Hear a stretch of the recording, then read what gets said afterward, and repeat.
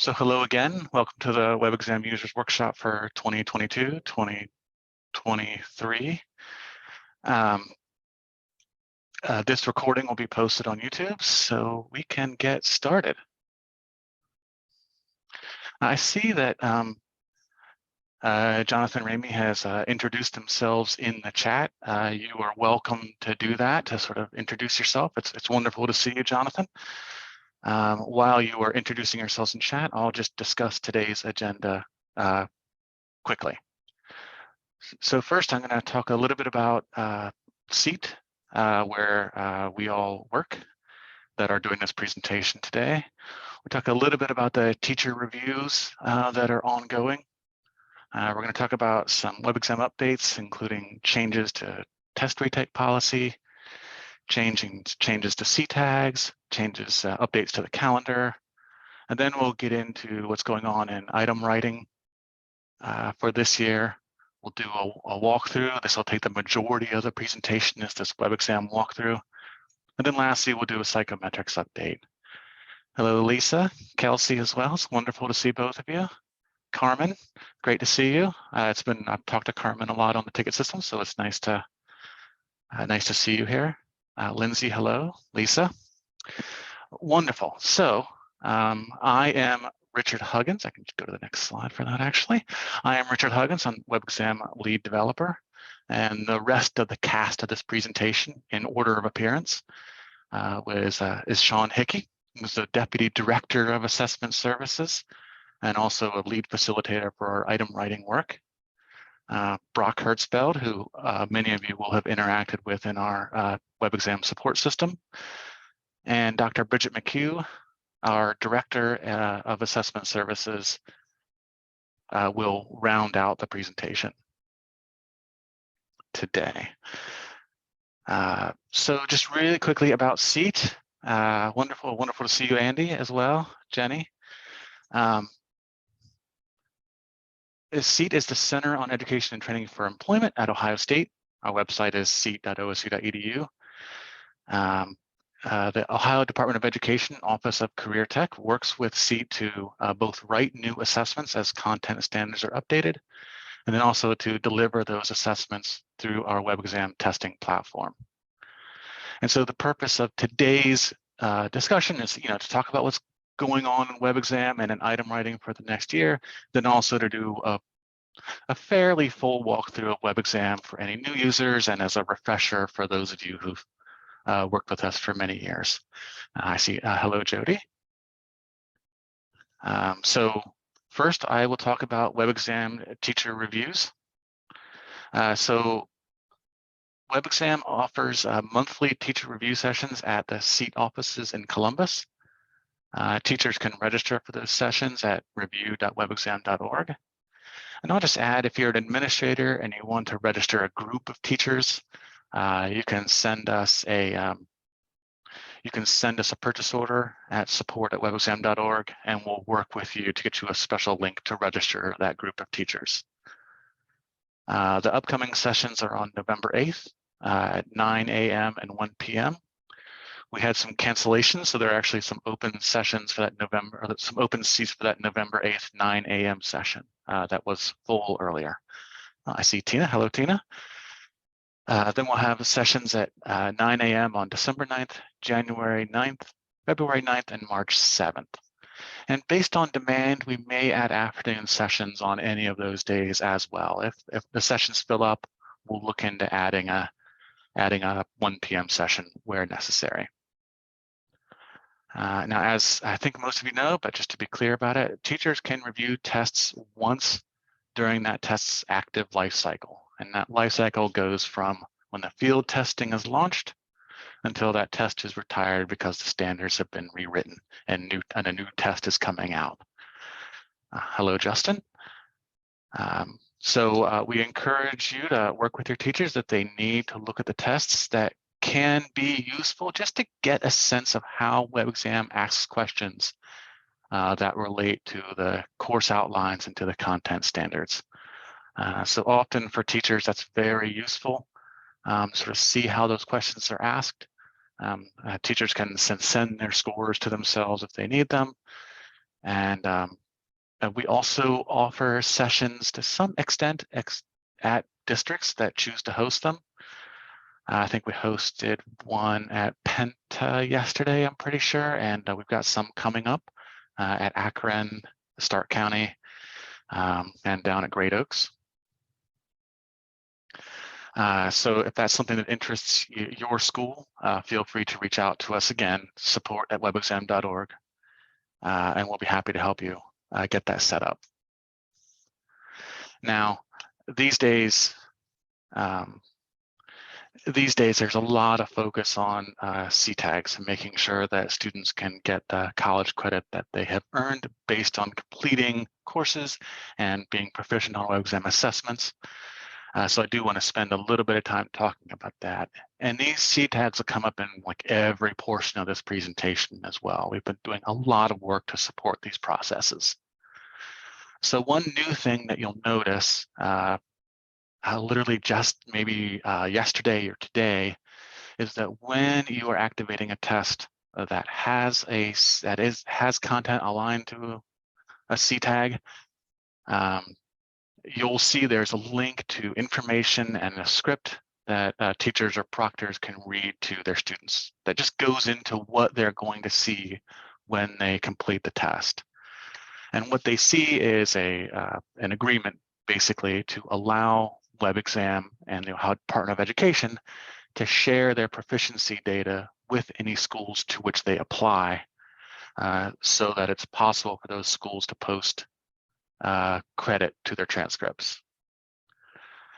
One issue that came up last year, which was the first year of using this new system, was that students were applying to colleges in late May and into early June, and the data hadn't made it through the system yet to those colleges and universities. So we are working with the Ohio Department of Education and the Ohio Department of Higher Education to provide a preliminary student data sharing authorization file to those schools in mid-May, so that students will have access to that information if they need it.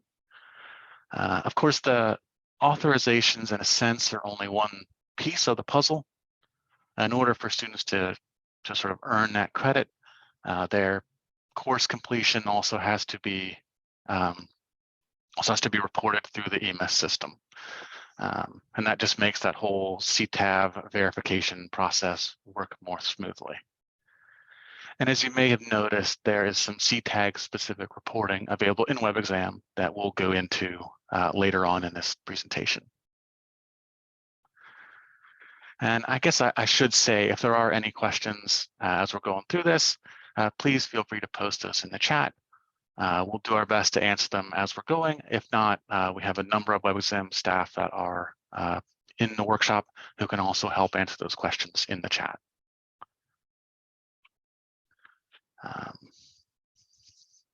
So another big change this year is to the retake policy.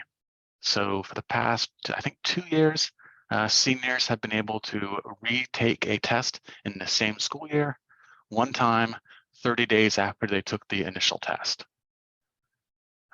Starting this year, that option is available for any student, regardless of grade level. So any student may retake a WebXam assessment once after 30 days. And the one exception to that is the field tests. Because those tests are longer and because the scoring isn't established firmly yet, there's no retakes available for those field tests. And we'll get into a little bit later about which tests are being field tested this year. And I do want to just put a reminder out there that ODE suggests or says that schools should only test students in subject codes that they have received instruction for and are enrolled in, or that if they were enrolled in them in a previous year. So if they took the test in last year and they need to retake the test again this year to improve their scoring, they can take that test again, in the next school year and then retake it as well. So that retake option is available any year that that student takes that test.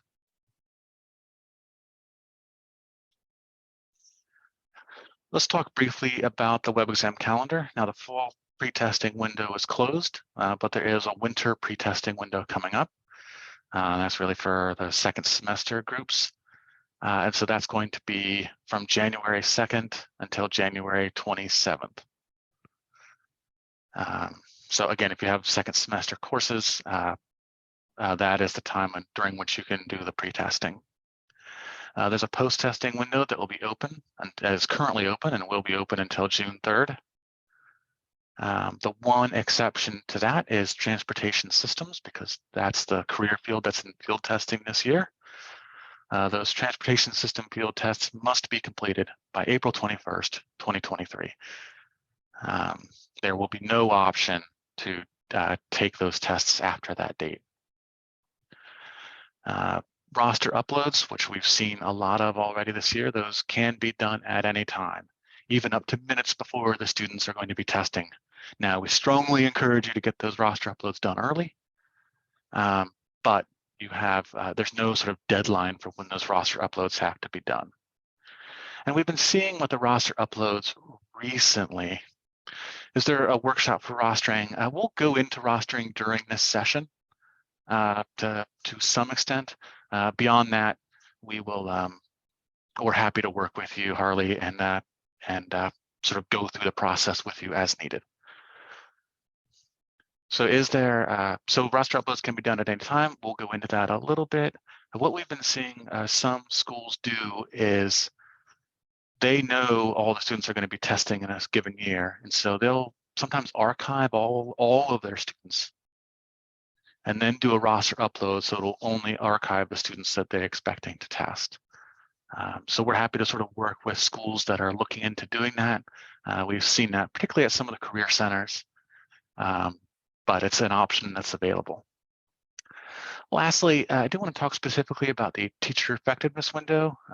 We used to have a deadline for when you had to give post-tests in order for student gain calculations to be made for the purpose of teacher evaluation. That's no longer the case. Schools should complete testing for student gain calculations based on your local reporting needs. There's no specific deadline for that, except that you have to have that post-testing done by the end of the post-testing window on June 3rd, 2023. So again, you just want to make sure you're watching whatever reporting requirements you have and that you're completing post-testing at that time. And we'll go into the teacher effectiveness reporting a little bit later. So we've talked a little bit about field testing. I mentioned that this year the transportation systems tests are in field testing. That includes some new courses for drones, as well as 2 subject codes that were split into 2 courses in steering and braking. And the courses that were split, I think 177003 and 17005, I might be misremembering those numbers. If you have students that took those tests last year, they can still retake those tests this year if necessary. But for field tests in general, they are typically 90+ questions. We try to keep them in the 90 to 100 range. So you'll want to begin planning now for additional time for those students to complete those assessments. Those at 1 minute per question, you know, that's 90 minutes. Oftentimes that's longer than a school period. So you just may want to sort of plan for that now. Courses in field testing, they must deliver those end of course assessments by April 21st. And that's just so that tests can be finalized for scoring in time for graduation. And as I mentioned earlier, the field tests cannot be retaken as part of the same year retake policy.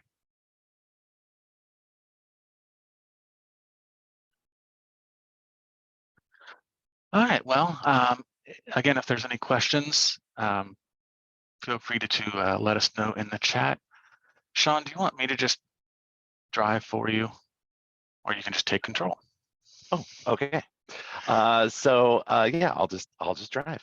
Hi, everyone. Good morning. My name is Sean Hickey, and as Richard said, I am the Deputy Director for Assessment Services, and for the item writing workshops that we have, I'm one of our lead facilitators. So What I wanted to do today is just talk a little bit about the process of item writing, how we go from the standards to a test.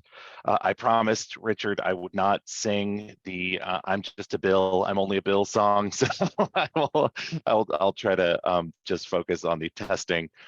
But we do get a lot of questions about how tests are developed, and so we want to make sure that everyone knows how that works.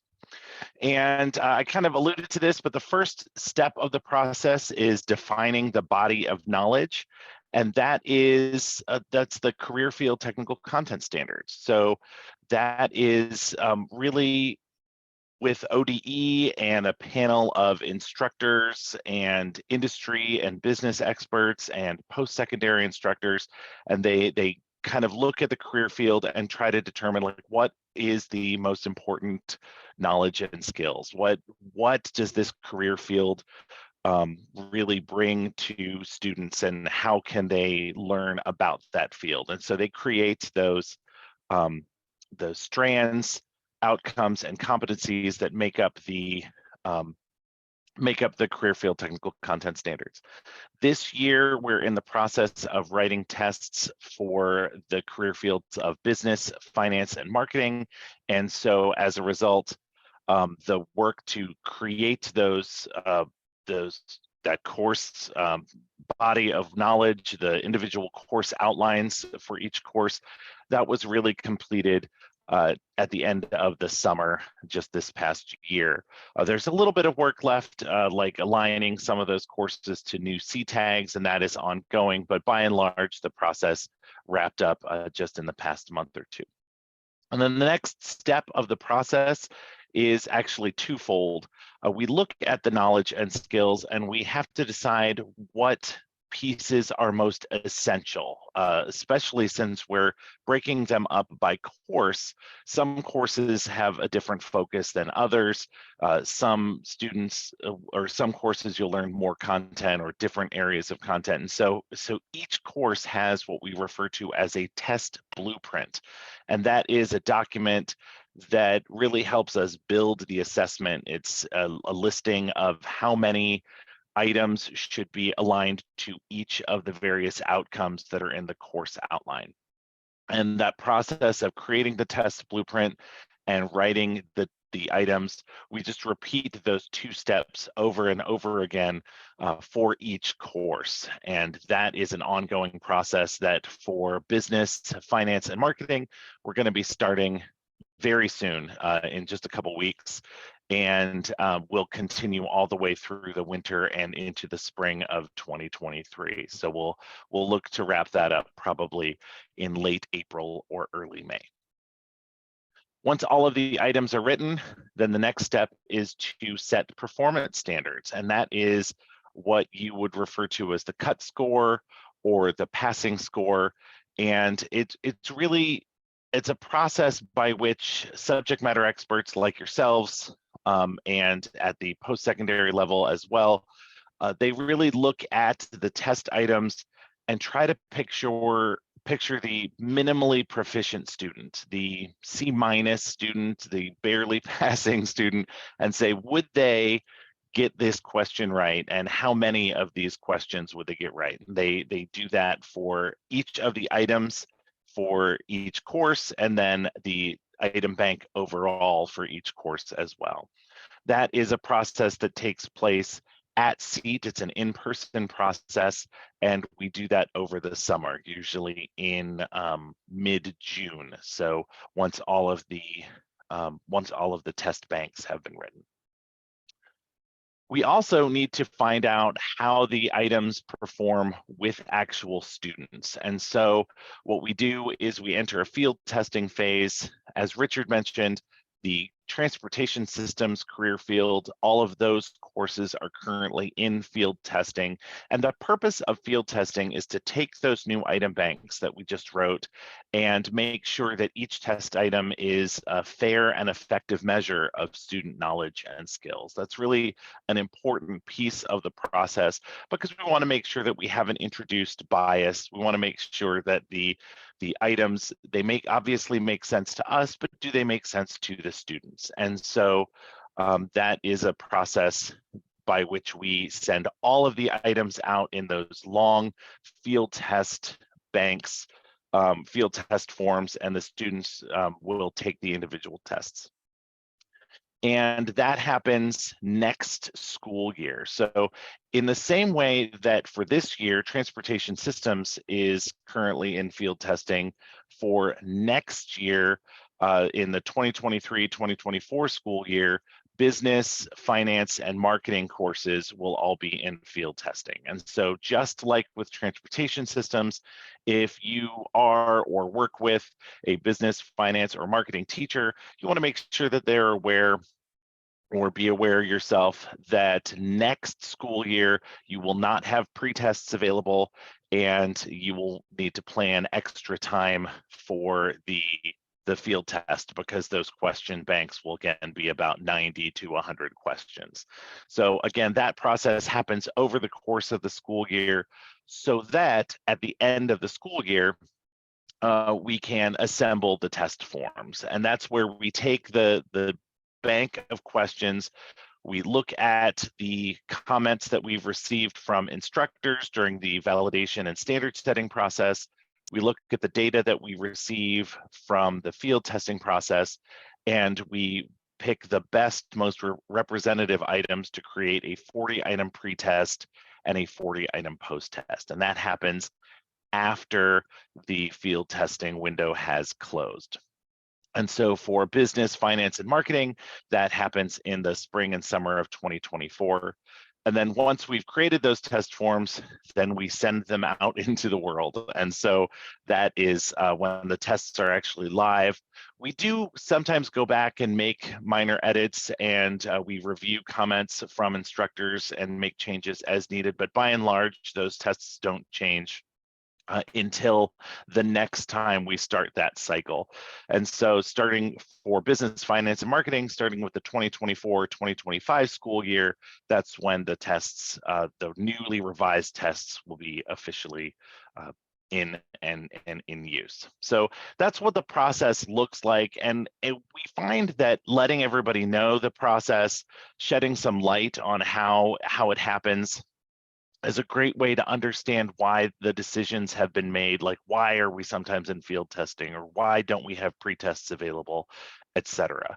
We also think that it helps folks to understand how they might be able to get involved. So I mentioned that this year we're writing new tests for business, finance, and marketing. And so if you are one of those teachers and would like to be a part of the process, we want your input. And so a little bit about how that process works. For each course in a career field, when we're writing test items, we have 3 virtual workshops. The first virtual workshop is a blueprint review and approval process, where we will look at the course blueprint, and we already have some information to create that blueprint from ODE, from ODHE if it's a CTAG course, and from instructors like you. You may have even received a blueprint survey asking you to rate specific outcomes on how essential they are to your courses, etc. But we take one last opportunity before we start writing items to look at it with the group of subject matter experts and instructors that are going to be writing the test items, so that they can really speak up and say, you know what, this is really key to the course. This is really central. I want to make sure that we are testing on this subject. So we look at the blueprint, we approve it, and then we start to write items. We meet again for another 2-hour workshop, and that one is spent entirely in small groups writing test items. And usually by that point, we've got all or most of the items written. Every once in a while, there are a few items left and we'll send them out as homework. So if you are participating in the item writing process, you might get a homework assignment of 2 or 3 test items to write between the workshops over the week.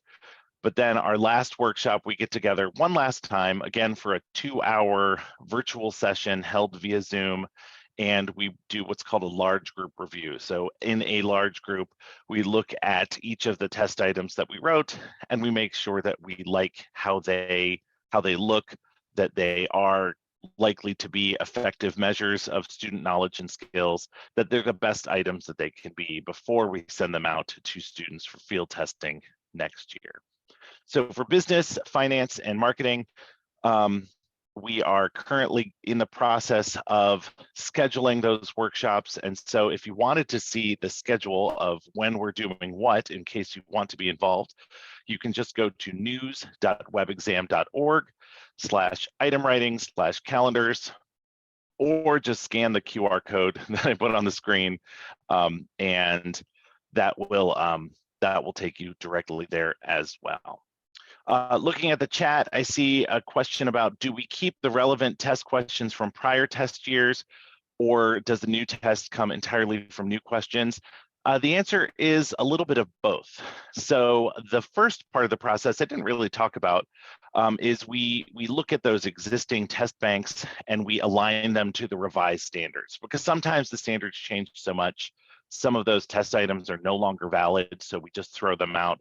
But the ones that are still relevant and still valid, we keep. And we don't initially use them. We usually create the new test forms based solely on the new items we have written. But if items don't perform well, if we need to change items at some point, either because of a security breach or because we get feedback from instructors and students that a particular item or set of items isn't working well, we have those old items that have been revised that we know are still relevant, and we can pick from those to create or edit the existing test forms. So we don't necessarily send them out, but we have them sort of in our back pocket if we need to make any changes, and we have had to do that in the past. So it is valuable work when we have people in to do those standard setting or standard alignment workshops, and it does allow us to make use of some of those existing items. And we're also hoping down the road that we can continue to build these item banks so that we maybe can look at having additional forms, possibly even additional practice tests moving forward, just as we have enough items to make that a reality. All right. And then finally, just talking a little bit about if you want to actually participate, how can you be involved? We are looking for subject matter experts. Those are you, those are the instructors and anybody in business and industry, specifically for business, finance, and marketing. If you'd like to sign up, you can go to go.osu.edu/BFM participation survey, or again, just scan the QR code and that will give you or take you directly to a very brief survey where you'll just put in your contact information, indicate what courses you teach, and we'll reach out to you. We have already started recruiting for the first workshops that we have in November and December, and that recruiting process is ongoing. So here in just a few weeks, we'll start recruiting for January and February workshops and so on. So if you want to be involved, please reach out. The more people we get around the table, the more voices we have that can make sure these tests are the best they can be, so that they are valuable tools for you and for your students. All right. And with that, I will turn it over to Brock.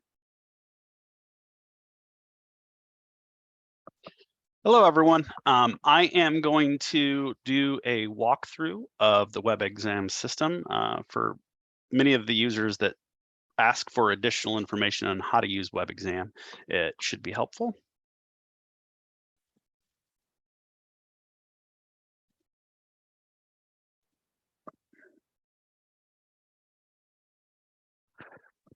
While Brock is getting that set up, I will say we're going to be doing this walkthrough sort of live in real time using our demonstration site. So I'm sure everything will work perfectly and there won't be any problems at all. So, but just be prepared. So sorry, Brock. No problem. So the first thing that I want to show is where students, administrators, or teachers would go to log into WebXam. So the URL that they would use would be webexam.org. Again, as Richard said, we're using the demo site here to demonstrate the different interfaces. So as you may notice, this year there has been a change in the password field. It says passwords or access codes. So administrators and teachers will have a password that they will use, but this year we have changed, and it's a fairly large change that we'll talk about in more detail. But access codes will be used by the students, and those are different than passwords that would be a permanent password that wouldn't change. Access codes will be changing as students test. So we'll discuss that a little bit more in a bit. So I'm here logged in as an administrator. Wanted to walk through what an administrator would see and talk about some of the roles that the administrator plays in managing the system for their school district. So WebXam usually wants to have, we recommend having a strong administrator, which is somebody that's been appointed to help manage the testing and managing teacher accounts and students for a school district. And we'll walk through some of the different roles that they do. But before that, I want to go ahead and just talk about some of the UI elements in WebXam that everyone will see. So across the top bar, we have a link to documentation. So the documentation can be helpful for everyone. There are documents in there that talk about things that teachers would want to do, as well as administrators, things like creating new accounts, rules for adding IEPs and setting up student accounts and how to load that information. So if you ever have a general question, you want to dig a little bit deeper about how something would happen, we've covered most topics on the documentation page. Additionally, to the right, there is a link that's called Quick Start. And what we've done there is step-by-step procedural documentations on actions that would frequently be done. So instead of somebody having to go through and read the longer documentation explanations about why certain things are done, Quick Start can help somebody who's just getting in, maybe only logs in once a year to do testing. This can be teachers frequently, where you're going to go in and you just want the step-by-step to get the job done and complete your task. So that's what that is there for. And then if we move farther over to the right, we have a support dropdown. We have a couple of links in here that are very helpful. First off, we have the calendar. So WebXam's calendar is critical to know when certain tests are available. So pre-testing is something that happens in early fall and again in January, where you'd want to test your students before they've received instruction. So knowing those dates of when those pre-tests are available so that you can plan ahead are very important. But the calendar touches all of the different testing windows that we have. It also includes information about teacher test reviews that we'll hold, or any important date that's in WebXam will be available in the calendar. When you're logged into the WebXam, the main WebXam website, you'll also see an import of the calendar down below the main landing page here. It'll have a list of the calendar dates just so that people can have access to it in as many ways as possible. This calendar link goes off to our news site that doesn't require a login to see it. So we've placed calendar information in as many locations as we can because it is a really critical part of managing your testing seasons throughout the school year. The next link that we have in the resources is the About the Test page, and I'm going to go off to that real quick so we can talk about it. The About the Test page, this is where we've got every single test that WebXam manages listed so that a teacher or administrator can go in and look up information about the tests, know what state the test is in. So as Sean and Richard had mentioned earlier about field tests are much longer tests, and it's when a test gets rewritten. And that happens occasionally to different career fields. A lot of the tests will get rewritten. Well, we list all that information here. As an example, we can filter down and see just the tests that are in field testing. We recommend WebXam administrators or teachers go in here and check when their courses are going to be in field testing, because it can dictate how you want to manage your testing for the year. The tests will be longer. You won't have access to pre-tests, but this is where this is housed for everything. And if I scroll down here, you'll find hundreds of tests and the information for all of the pathways. You'll notice that we have information for each course and what the cut score, the performance standard is, what the advanced score is. Here is where it marks this column. The field test column will tell you whether or not that test is in field testing and whether or not a pre-test will be available. Additionally, what I'd like to point out is the links. We have a link here named Blueprint and one that's named Standards. So the standards document, I recommend that teachers, before they teach a course, go to the About the Test page and follow the standards link. That will take you out to ODE's website, where you can download all of the standards for the courses that are in a pathway. Reading through the standards, you'll find out what ODE says should be taught in that course. So planning out your instruction using ODE standards will help your students to do better on the tests. We directly take those standards documents when we develop the tests. So it's a very good way to make sure that you're covering all of the material that should be covered in that course. Additionally, the blueprints link will allow you to download a PDF document that has all of the course material in that pathway. And what the blueprint does is it helps you to see where ODE put more focus on how many items should be written to a particular outcome in the standards. There aren't always a lot of items written to specific outcomes. So I recommend that when you're reviewing that, take it with a little grain of salt, but you'll see kind of a percentages of where there's a little bit more weight placed for certain parts that you may decide to teach a little heavier than you would parts that aren't necessarily covered as much. It's just a way to kind of know exactly where the focus is for a particular test. I'm going to go ahead and go back to the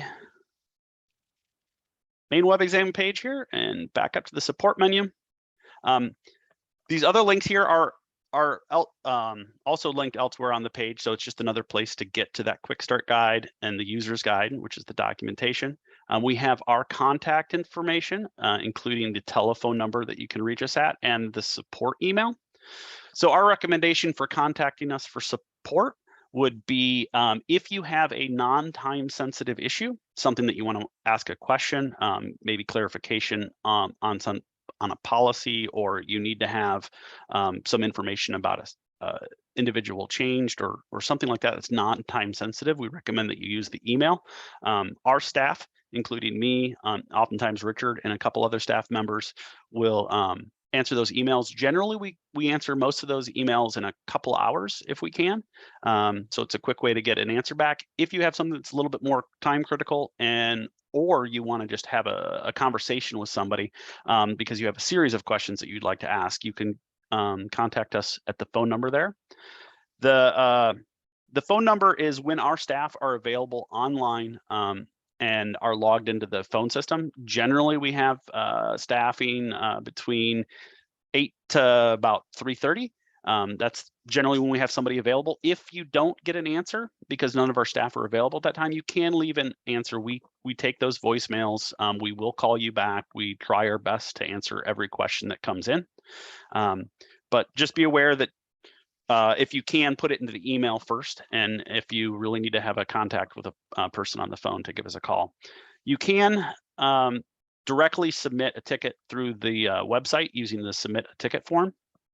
That will pop up a form where you can type out your question directly into a form, and it will come to us through our ticket system. That ticket system also accepts directly through email. So if you are more comfortable using your email program, you can just send the email to support@webexam.org. Okay, so I'm going to talk about some of the menus here that are on the left-hand menu bar, which is what a lot of people interact with frequently. First off is just the user search. So whether you're an admin or a teacher, you'll often want to go find an account that you want to interact with. The user search will search over all account types. So something to know there, if you're an administrator, you can search by other administrators, teachers, student accounts, assessor accounts, all of the different accounts that WebXam manages. If you notice, there's going to be a list of the accounts that you can see, as well as their filters. Being aware that the filter is how you're going to want to narrow down that very long list, like here on this account that I'm using right now, there's almost 5,000 different user accounts. So in order to find the account that you want to interact with, you're going to want to filter down to find who it is.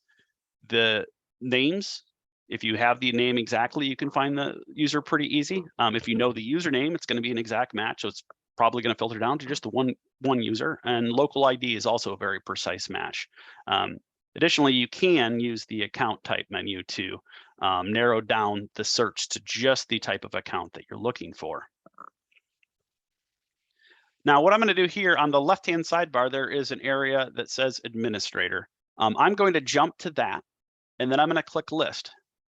The difference here is instead of having all of the different user accounts types being listed, I am now just focusing on listing out the administrators. This is a little bit more precise. I'm just seeing the administrators, and I get some additional features when I'm filtered on this menu just to administrators. One of those would be the bulk actions menu. And we'll talk about that a little bit more when I get to the secondary students menu.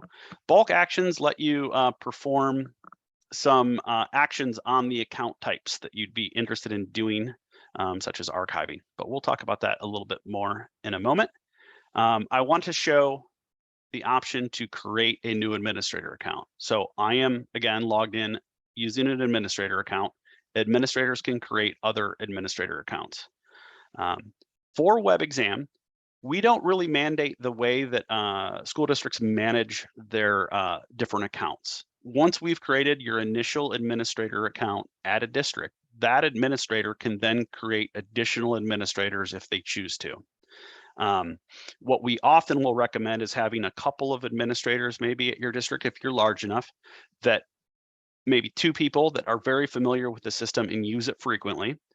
There are a lot of jobs that need to be done throughout the school year, and having a couple of staff members that have administrator rights that can handle those and are very familiar with the system can be very helpful. One of the big ones is the roster upload for your students.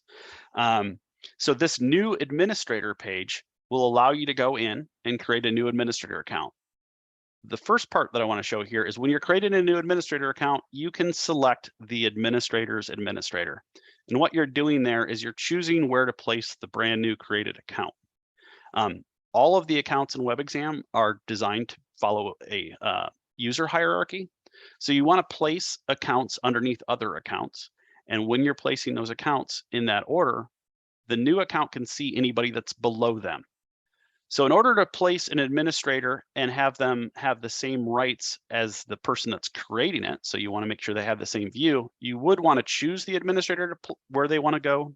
You want to place them directly below, and then this check mark option will allow you to give them the same exact view as the administrator that you selected. If you don't choose this option, what will happen is you'll create a new administrator account, but they will not have access to see anything. The reason is that we don't know exactly what an administrator should see by default. So if you create an account, we don't want to give them more access than they should. So by default, accounts get limited access. If you ever create an administrator and you forget to check this, or you're confused about why a new account can't see what you think they should see, that's where you might want to shoot us an email or give us a phone call, and we can help talk you through the process of setting everything up so that the administrators can see what you want them to see. Down below, when you're creating a new account, you're going to be asked a series of questions about some information. In this particular case, it's all pretty generic. The employee ID for administrators can be any ID that you have, maybe a school ID. If they have a teaching certificate ID, we'd recommend using that. But just some kind of ID that identifies the administrator, and everything else is going to be just contact information. We will use the email address once an account is created to send a link. That link will be used by the account user to create their password. So new account gets created, we use the email to send off a link. They'll follow that link to a page that will ask them to create their password. And then they'll have access from the email to their username and that password they created to log in. All right, so going on down here, we're going to look at the teachers menu. Again, this is where I can list all the teachers. It's a very similar interface to with the administrator.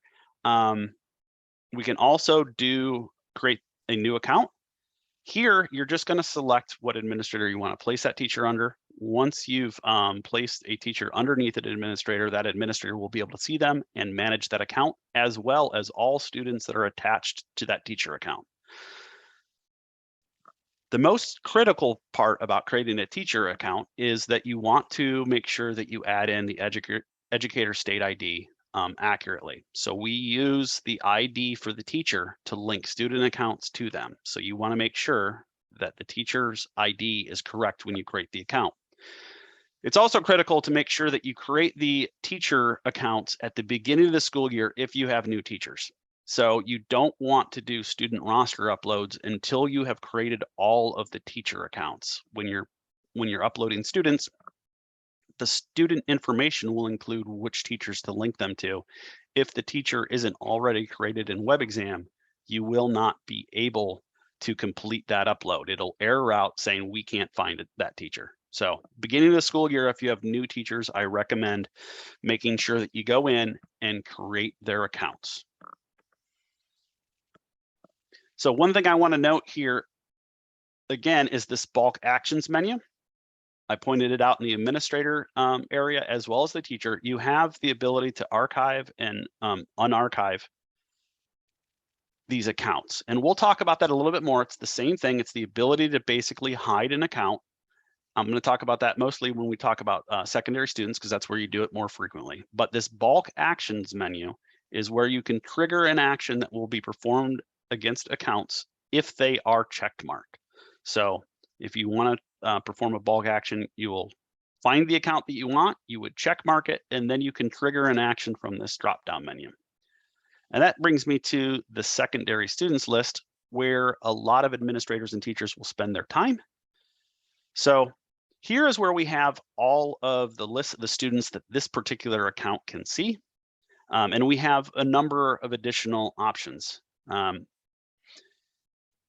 One of the options that I want to show here is that we can show access codes. So this year, and we're going to go a little bit more into detail on this when we activate a test, we are now giving access codes for students and not passwords. Access codes will be generated when a test is activated. And because of this, we do not have access codes that can just be shown unless they have an active test session. So we've been receiving a lot of phone calls saying, I can't find my students' passwords. I've gone in, I tried to find them the way that I normally do, which is to go in here. This used to be labeled, instead of saying show access codes, it used to be labeled show passwords. But if you do that, now you'll see a blank column. This blank column is because that student does not have an active test session, so we are not showing their access code. That access code will be available the day of testing with a student with an active test. So just be aware of that. I also want to show the larger number of bulk actions that can be seen here for students. So there's a lot of different things that can be done for students. So let's say the very first one, if you want to add a pathway, if a student's changed a pathway, or maybe you uploaded a bunch of students but had assigned the wrong pathway, one option that you would have would be to find all those students that you had that you wanted to add a pathway, select, place a check mark next to the students that you want to add a pathway to, and then when you select add pathway, you'd have an option to choose the pathway that you want to add, and then you can click apply to add that pathway out of the students. Additionally, you can add individual tests. You can remove tests. So this is a way that you can, in bulk, apply actions to many students at a time instead of having to hand edit individual students. A very common one, and this is something relates to something that Richard had talked about earlier, is archiving students. You may want to have a strategy for how you want to archive your students. at the beginning of every school year. So what I generally recommend to schools that have found that they are seeing way too many students, and they're wondering what they can do with all these student accounts that are currently no longer enrolled, you can go in and archive them. I recommend that school districts archive their kids once they have graduated and they don't ever anticipate that student coming back in testing. So once your students are going to be out of your program, that's a good time to do the archiving. You don't want to have administrators or teachers going in and just archiving students just because they don't want to see the accounts. You want to make sure that they're totally out of the program, because when you archive an account, it does hide it for everybody. So an example that I would recommend following would be for an administrator when they're starting the school year, maybe very early on, going up here and using the grade graduation year filter. And one option that you have there is to choose the graduation year. So if you chose the previous graduation year and selected this, you could filter down to only students that graduated the last year. You could then review your list of students. And let's say I had a lot of students. Let me see if I can try this and we can walk through it. Oh, we don't have. Okay, so let's say we're choosing 2020, 23, 24 as the graduation year. This is the demo site, so a lot of this data is kind of random. We didn't have previous years, but I filter down to only students that are marked as graduating in 2023. I could then go down here to show entries and say I want to see them all. I could then review this list and confirm that these are all the kids that have graduated and I want to remove from being viewed in the system. You could then check mark, once you know that this is all these students are accurate, you could check mark here, which would select all those students, and then I could go to archive in the bulk actions menu and click apply. This would take all of those accounts and hide them from view. In WebXam, we never delete data. We don't remove the student information, but what we do is we hide it from view, so it's not cluttering up your views when you're trying to work with your potentially hundreds of students. So when these students are archived, they'll be hidden, but you can still recover their account. So if you ever find out that you have a student account that you can't find, but you know that you had the account, or you accidentally archived a student account, what you can do is you can click the Show Archive button here.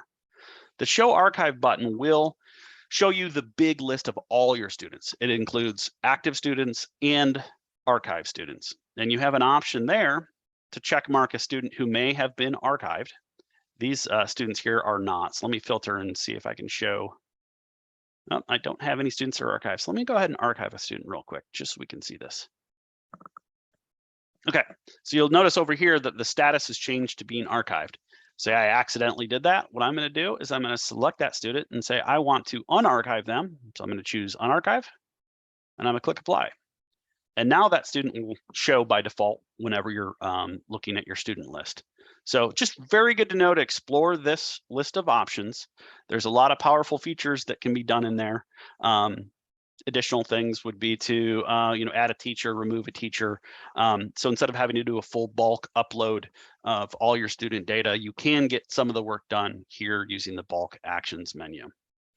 Additionally, what I would like to show would be the expand feature. So when you have an individual student that you're concerned about, say you went here and you filtered down, you found the particular student that you want to investigate what the data is on their account, how their testing is going, different information like that, you can come in here, search for the student, and then click the little green plus icon. This will expand out and it'll show you information about that student, all the information that we have on their account. So this is showing the name of the student, what their user ID is, what their account type is, the location they're assigned, what pathway they're assigned into. When they're in a pathway, it'll also have the individual tests that are assigned to their account. This may be more tests than what they're actually enrolled in. This generally is going to be all of the tests that are in the pathway. They don't have to take all these tests. It's just so that we know that when you go to activate the test, if the test is in this list, the student will show up as being eligible to take that test. Their grade, what teachers they're assigned to, they can be assigned to more than one teacher, and some other additional metadata here. Down below, some interesting information will be the test results. So if you have a student that has taken several tests, you can go directly find that student. And let me see, here's one that has a couple of tests. You can go in and look at just that student and see the tests that they've done. This student had a lot of tests that they've taken. You can see the test results. You can look directly what their score was, what date they took it, who was the teacher that gave it. Additionally, here in the first column, you can see the pathways. That will tell you where that test is assigned to which pathway is it being scored. The little recycle icon will tell you that that student currently right now is eligible to take that test again. So say they took this test last year or the year previous, if they have a recycle icon, you would know that they're eligible. If they scored not very well on that test, you could give them that test again and potentially raise their score. So good indicator when you're looking at your students of what you could retest them in would be to come in here, look at their test scores and look for anything that is currently able to be retested. And down below that, you'll see the pathway scores. So this student is actually in a few different pathways. They're signed up for a few different pathways. So we'll provide their score, their current status in being proficient in those different pathways. So it's another good way to look at individual students' results, where in a little bit, Richard will talk about the reports in general, which are available here on the sidebar. The reports are going to look at many students at a time. Using the expand button here, you can narrow down to just one student and look at how they're performing by themselves. Okay, so the next thing I want to talk about is the roster uploading process. So it's another critical role that an administrator will perform. So underneath the secondary students menu, there's the traditional list view that we're in currently to see all the students. You can create a new student individually. Generally, we don't recommend doing that if possible. You might have one student comes in late in the school year and you want to create them account. It's probably the fastest way to do that, but we don't recommend using this process. Let me show the screen here to create lots of your students. Once you start doing more than a couple of students, you're going to have high error rates where you type something wrong. Maybe you didn't use the correct SSID for the student, which is very critical to make sure the student data is reported correctly. So generally, we don't recommend using the new feature here for the students as much. We recommend using the roster upload. So this link here, administrators at the beginning of the school year or whenever you have lots of changes in your student data, we would recommend that you use your student information system to run a report that then you can use to upload to WebXam to populate that data into WebXam. So this link here will take you to a page that gives you more information about the roster uploading process. This table here talks about the different data that we need to create a student account. It allows you to see a description of it, examples of how the values should look when you create your report to upload. So looking through here can help you a lot. We have a download the template link. To download the template link is going to give you a Excel template that you can download. And then once you've gotten your data from your student information system, you can populate that into the template file. You also have the option, Dazzle is a pretty popular student information system. There's a report directly in Dazzle that can be used to output roster reports from them, and we accept that file directly. A lot of other schools that might not use that system might have other ways of exporting their rosters. And at that point, it's critical to use our template file to make sure that the data that you're passing to us are in the right columns and the right formatting. Once you have your roster file prepared, you'll want to go to the upload page, which again, I'm going to click there because you might have it ready and just go straight here and you're going to be able to choose the file. It'll upload that file. And what will happen is WebXam will inspect the file and look for any errors that we can detect. The errors might be, there's no teacher account that's created that has the ID that was passed in. So we're looking for in the roster upload file, we're looking for the teacher that student's to be assigned with, and you're going to have the teacher ID listed to make that connection. If the teacher doesn't exist or the ID is typed in incorrectly, we'll throw that as an error. and any errors will stop the rostering process from completing. We will then tell you that there's an error, and we'll give you hints to what the error is. You may also have warnings. When you upload your roster, you might get warnings such as a student's name has changed. You might get warnings that the data is coming back strange. Like you uploaded your file, maybe you were missing a column, so the data is off. So when you start seeing warnings or errors, we'll present you with hints to determine what those issues are. You can inspect them, and then what you'll do is you'll go back to your original data file. You'll change it, correct any of those errors, try and make sure the data format matches what we need, and then you can upload it again. So every time you upload it, we'll rerun the check, and you can fix all of your errors that way. Just rinse and repeat. If you find an error, go back, look at it, determine what it is, fix it, and then re-upload the file. Once you've completed that process and you have a good data file for your roster, you'll be able to submit the file. When you submit the file, we'll process it, and we will update the student accounts immediately. So for rostering, at the beginning of the school year, as Richard had mentioned early on, there's some school districts who've taken the approach that they will go in and archive a lot of their students at the beginning of the school year, and then they will run their roster report. So you'll upload your rosters. If you've accidentally archived a student that is in your roster report where they are going to be in school that year, we'll automatically find that account and unarchive it. And what the rostering process does is if you have a new account that WebXam has not seen that SSID, that unique identifier for that student in the state of Ohio, if we haven't seen that before, we'll create a new account. If we find a match for the SSID in the system, what we'll do is we'll take the data that you provided to us and we'll update it. So it is safe to go through the school year and potentially do several uploads. So we have some schools who have told us that a lot of students will enroll in courses. They might be taking pre-tests. They'll want to do a roster upload before the students start testing, but a lot of students will change programs or change courses or have different changes to their account. And if that is your school, the way that they operate, that maybe a lot of students change courses for the first month, you could do another roster upload later. And as long as that roster data is accurate, if the student account already exists, we'll just update the information with whatever you've provided to make it correct for that moment in time. Or if there's additional students that are brand new to the system, we'll create new accounts for them. So you don't need to necessarily be afraid of setting roster uploads more than once. Whatever the last one that you sent up, that data is going to be set onto those accounts and should be accurate.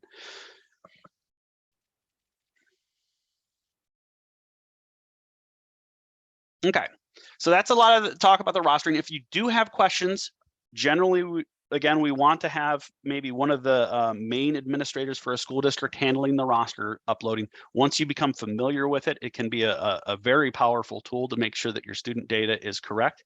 If you do that early in the season before the teachers start logging in to activate tests, if the data is all accurate, things run really smoothly. Then generally the teacher just logs in there, they can see all of their students, they can go in and just activate their tests, start their tests, and everything runs smooth.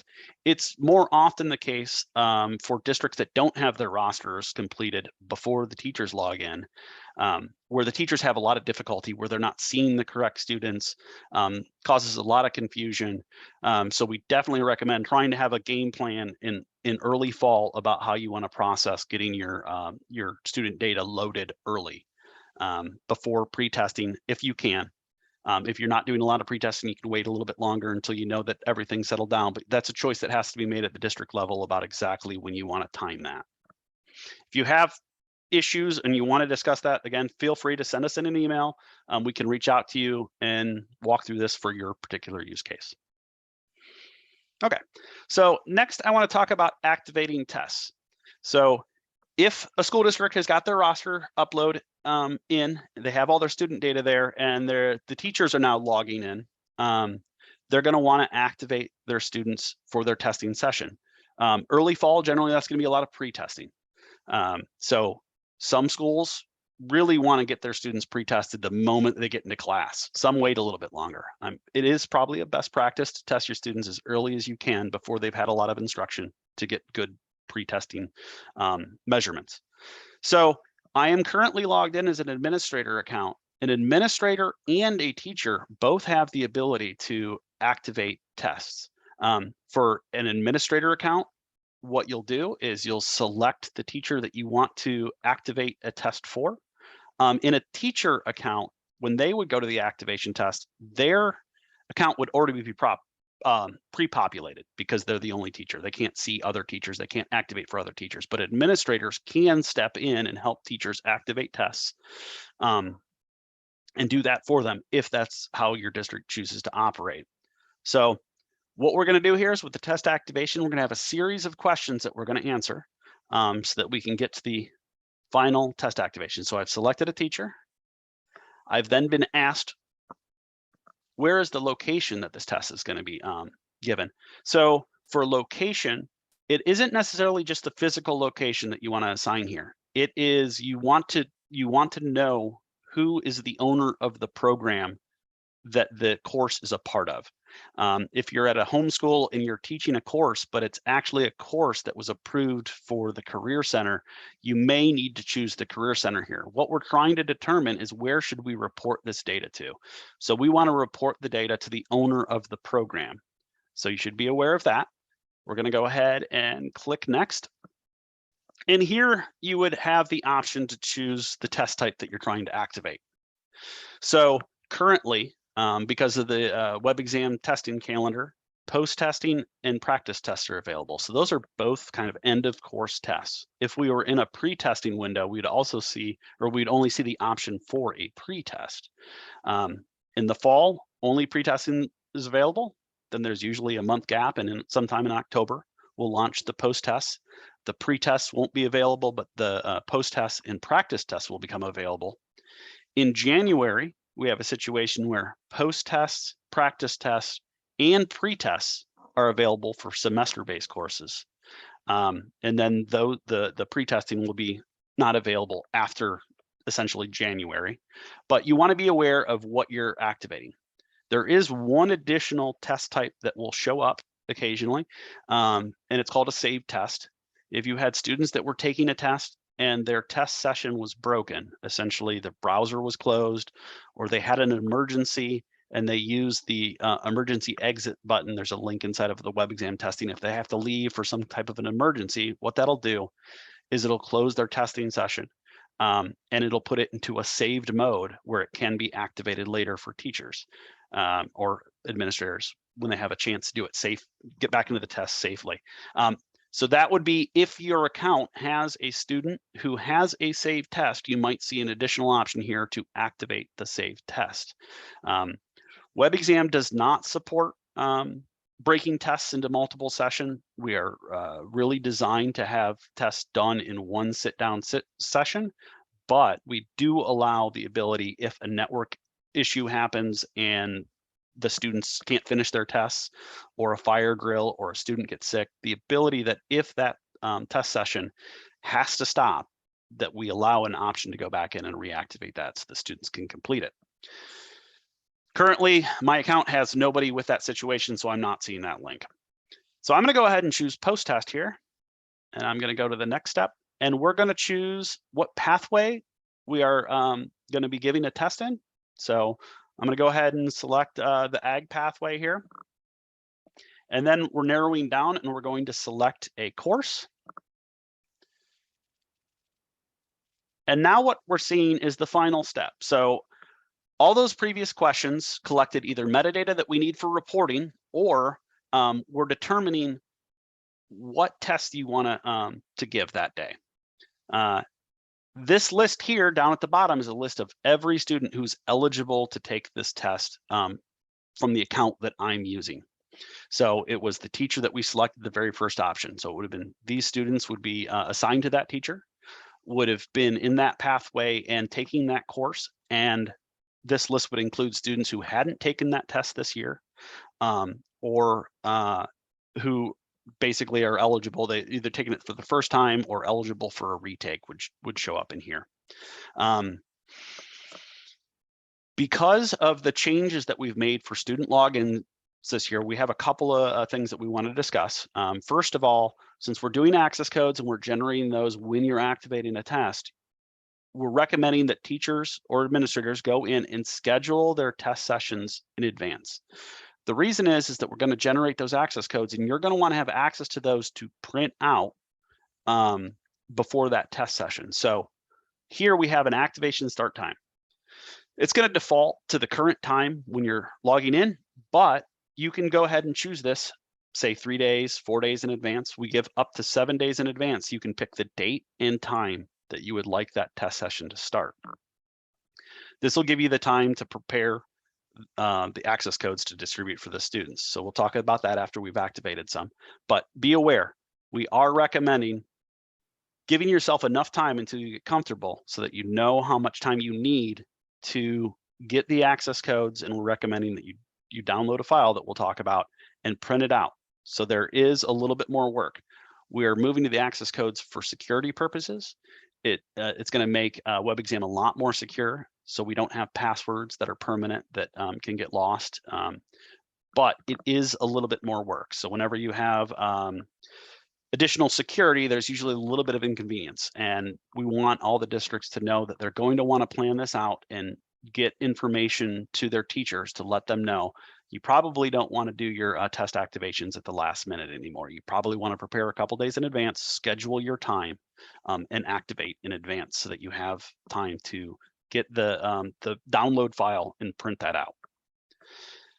Okay, so after you've scheduled your set your start time, you can go down below and you're going to look for any students that you'd want to activate for this test that day. If you're not sure who you're going to be testing, it's not generally a large issue if you select additional students. What the test activation does is it opens up a 1-hour window that if that student logs in with their access code, they would see a link to start the test. If that student never logs in and doesn't start the test, then that test activation window will expire and it can be activated again. So we often get questions. I activated students by accident. What can I do? Can we undo that? And the general response is it'll take care of itself in an hour. If the students don't log in and don't click on starting the test, that activation window will expire, and then you can just go ahead and reactivate it for the appropriate time that you had intended. Or, you know, you gave all your students the test, but one kid was sick. Well, the next time the kid is available to test, you could go back in and activate at that point. One other thing to note here is we have these little flag icons. We do recommend going in and looking at your students and making sure the accommodations are set before you activate the test. If you activate a test and a student sits for the test, they don't have the right accommodation, we can't go back and let them retest just to change their accommodation. You really want to make sure that you've set those accommodations ahead of time. As a side note, the WebXam upload process for student rosters does allow you to set the accommodation in that upload file. From talking with many districts, a lot of the IEPs aren't available directly in their student information system. So you can either choose to find all your students with IEP settings and manually enter them into that roster upload right before you upload it to make sure that the accommodations get set correctly, or you could upload those students and go back in and manually edit the students individually by searching for their account, clicking that little green expand plus icon, and then there's an edit button that lets you edit the individual student information. So it's a choice on the district level of how they want to make sure their accommodations are set. But these flags allow you to view right before you activate the test to make sure that you have them correct, so there's no mistakes there. So I'm going to go ahead and choose a couple of students here, and we will activate the test session.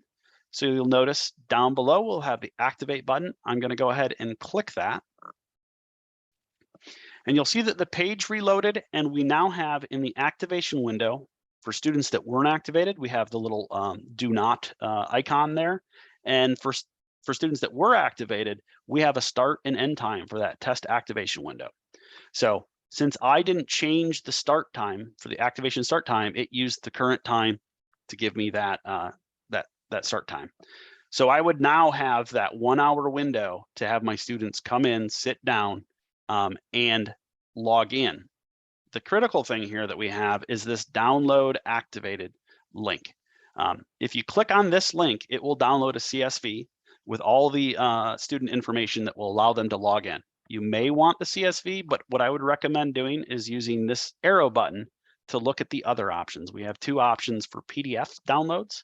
The PDFs have a 2 or 3 column, which is just how dense is the information on the page. Choose one of the PDFs to download is what I would generally recommend. You'll have this PDF file that you can then print. That PDF file will have the student information in columns, and you can cut it up. It'll have the username, the login, and some additional information for that testing session that you can pre-print, and then on testing day, give the students testing tickets that they can use to log into their account. And this is why we are recommending that you plan in advance and schedule early so that you'll have time to get this file and print it out and be prepared day of testing.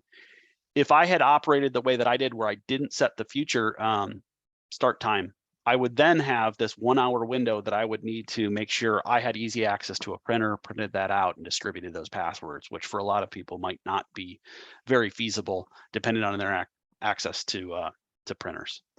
But that is the main process for activation, and probably the biggest concern that we've been having this year is, how do I get my students to log in, and what is that process? So again, to underscore it, we recommend doing this earlier, and then downloading that PDF sheet, printing it out ahead of time, and having it available when you go to test. And that is the majority of what I'm going to cover today. If you have any questions, you can pass those along and we can answer those further in the presentation.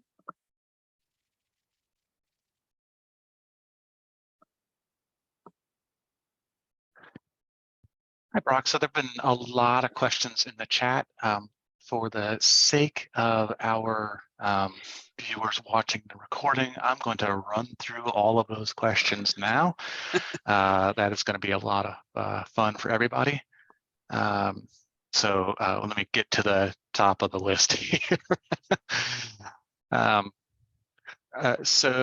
Jonathan asked about the CTAG testing and assent report. A few specific questions. We'll get into those during my my part of the presentation when we're talking about the CTAG and assent report.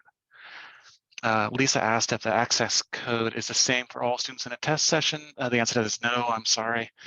The access code is unique for each student for a given test session.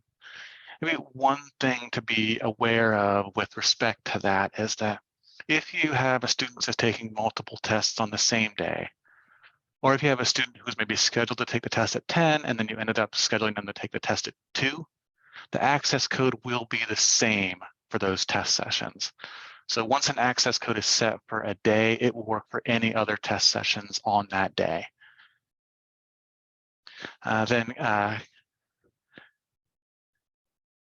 Yeah, so Tracy was asking about, once you archive a student, can you access their data for the purpose of, like often they'll call needing information for CTAGs? The answer to that question is yes.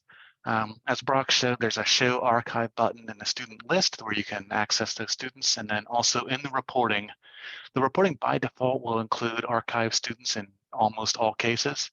But if not, you can also turn that on and off as needed. Lisa then asked, how does a student get the access code? Do I provide it to them? And the answer to that question is yes. Brock, if I could ask you, do you still have that activation window open? And if so, can you show the PDF? I can download it, but I would have to switch apps. It might open in another tab. And let me see. Okay, while Brock is getting that set up, let me go to the next question here. Carmen asked if you can run a report of students in tests that they are eligible to retake. I told her not currently. That is something we are currently looking into, and that's a great idea. So thank you for mentioning that. Kelsey asked about, in the roster upload form, is there a way to upload for multiple teachers and pathways for a student? The answer is yes. You just have to put that student on multiple lines. So you might have a student that's occupying 3 lines in that upload file for different pathways and different teachers. And that's perfectly fine. All that data will get combined onto the single student account if you need to do that. Is there a report I can run that shows a list of students that are proficient and how many WebXam they've taken? Not exactly, but very close, Jonathan. So again, we'll cover that in my section. Harley asked if we have to know the name of that report in Dazzle, and we didn't, but thankfully Lindsay knew that is called the WebXam export. Carmen asked if we upload pretests. Do we upload again for post-tests? You don't typically need to, but you will want to keep track if there have been changes to the rosters between when the pretests were uploaded and when you're getting ready to do your post-testing. You'll just need to make sure that maybe you do a smaller upload with just those changes. Okay, just going through the questions here, having a great old time. Jennifer also asked about multiple teachers. So thank you for asking that, Jennifer. Andy asked if is there additional field in rostering that allows this sort of free form that they can use in reporting. There's a user tag field in Upload that can be used. Now, it's not currently used in reporting, but that's something we're currently working on. So that will be coming certainly this school year. Okay, going on. Okay. Okay, just keeping going. Brock, I'm almost done, I swear.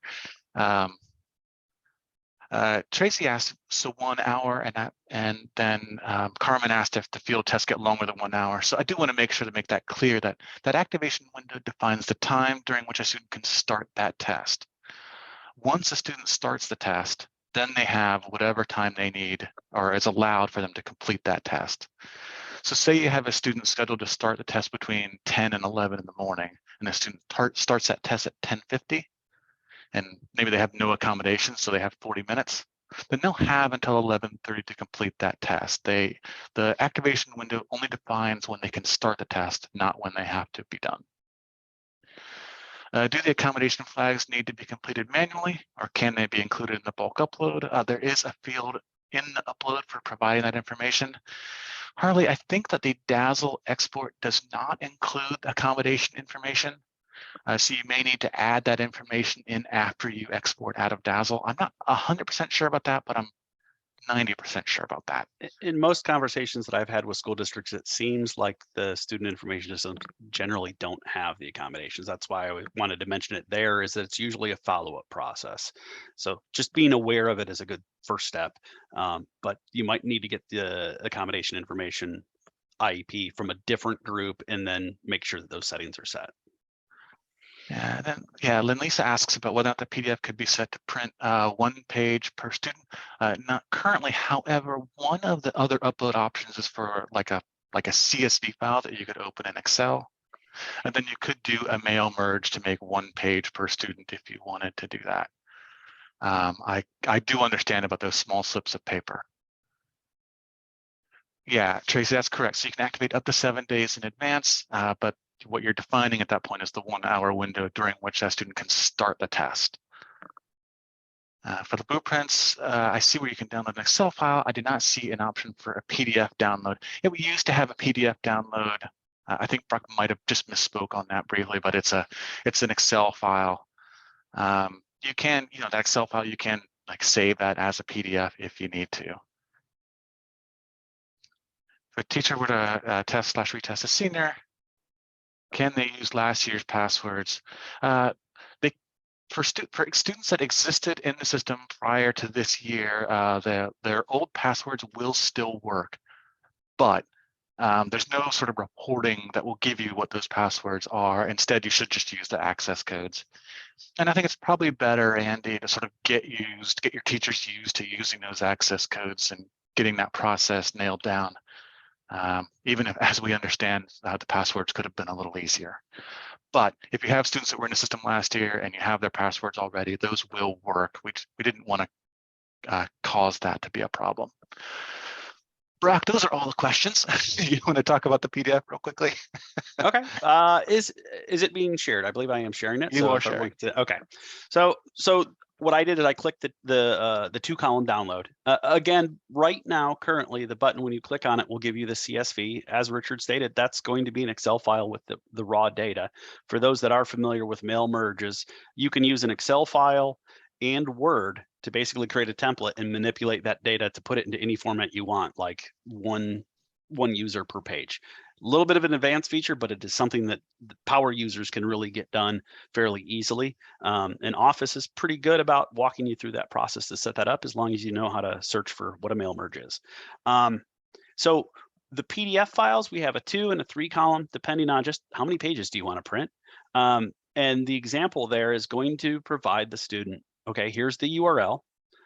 We do rarely or sometimes frequently have students that go to complete websites that are not WebXam, and they're very confused why they can't get in. So making sure that they have WebXam typed in correctly, they have the name there so that they can confirm that, yes, this is my login. So there's no confusion about teachers handing out the wrong username and password. Then you're going to have the username, the access code. One thing that we have been able to do, because we're generating these more frequently, and there's basically the passwords aren't something that gets kept around forever, we're able to keep those password or those access codes a little bit shorter, a little bit easier to type. So there is advantage there that there's going to be less issues, hopefully, with students mistyping something into the system to log in. And then you have the location of where that student is. So again, that's just more information to make sure that if something happens accidentally, the student can identify, no, that's not who I am. That's not the location I'm at. They can talk to their teacher and determine if there's any issues. But the gist of it is this PDF would be something that once you have that PDF, you can pretty easily, if you have a printer available to you, print it out. And if you choose, cut, or if you have the guillotine paper cutters or whatever, you could cut these up into individual testing tickets that you could distribute the day of testing. But again, this is why we're asking to make sure that teachers try and schedule in advance so that they can get familiar with this process, know how long it's going to take them to prepare these testing tickets and distribute it to their students. Thank you, Brock. Tracy just asked if they're always uppercase. They are presented uppercase just for readability purposes, but I think, as you said, they're not. It's not case sensitive when the students type it in. We wanted to make that. We saw that a lot in previous years where the casing was an issue when typing in the passwords for students. So it's not a case sensitive code.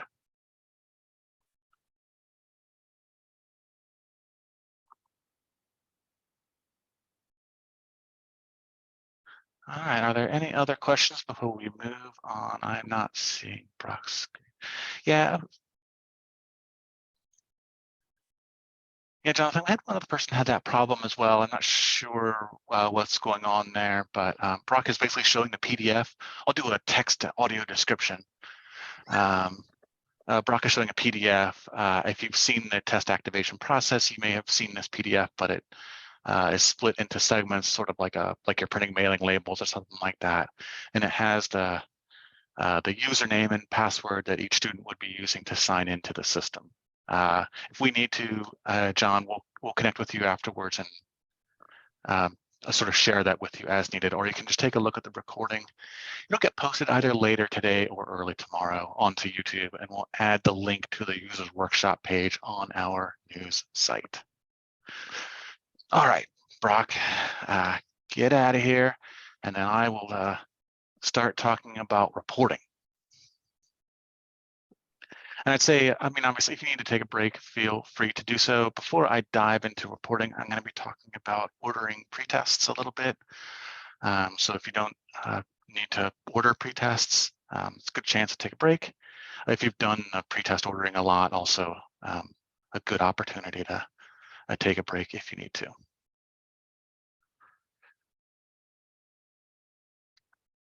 So before I dive in, I just want to make sure, is everyone seeing my screen correctly? If not, yeah, just let us know in chat and we'll see what we can do to help out. Wonderful, thank you, Christopher, Cynthia. Excellent, Jonathan, great. Wonderful. Okay, so let's get started here. I am Richard Huggins. Anything that doesn't work like you want it to in WebXam is probably my fault. And so now we're going to show you how things should work. hopefully. So again, before I get into reporting, I'm going to talk about ordering pretests because it's been a common question that we get, and as new administrators come on, there are some nuances that you need to be aware of. I'm just trying to organize my windows here moderately successfully. Okay, so to order pretests, you would use this order test link. Now that's only available to administrators. We tend to prefer that there be like administrative support for programs that's managing the pretesting and the ordering of pretests because there's a cost associated with them.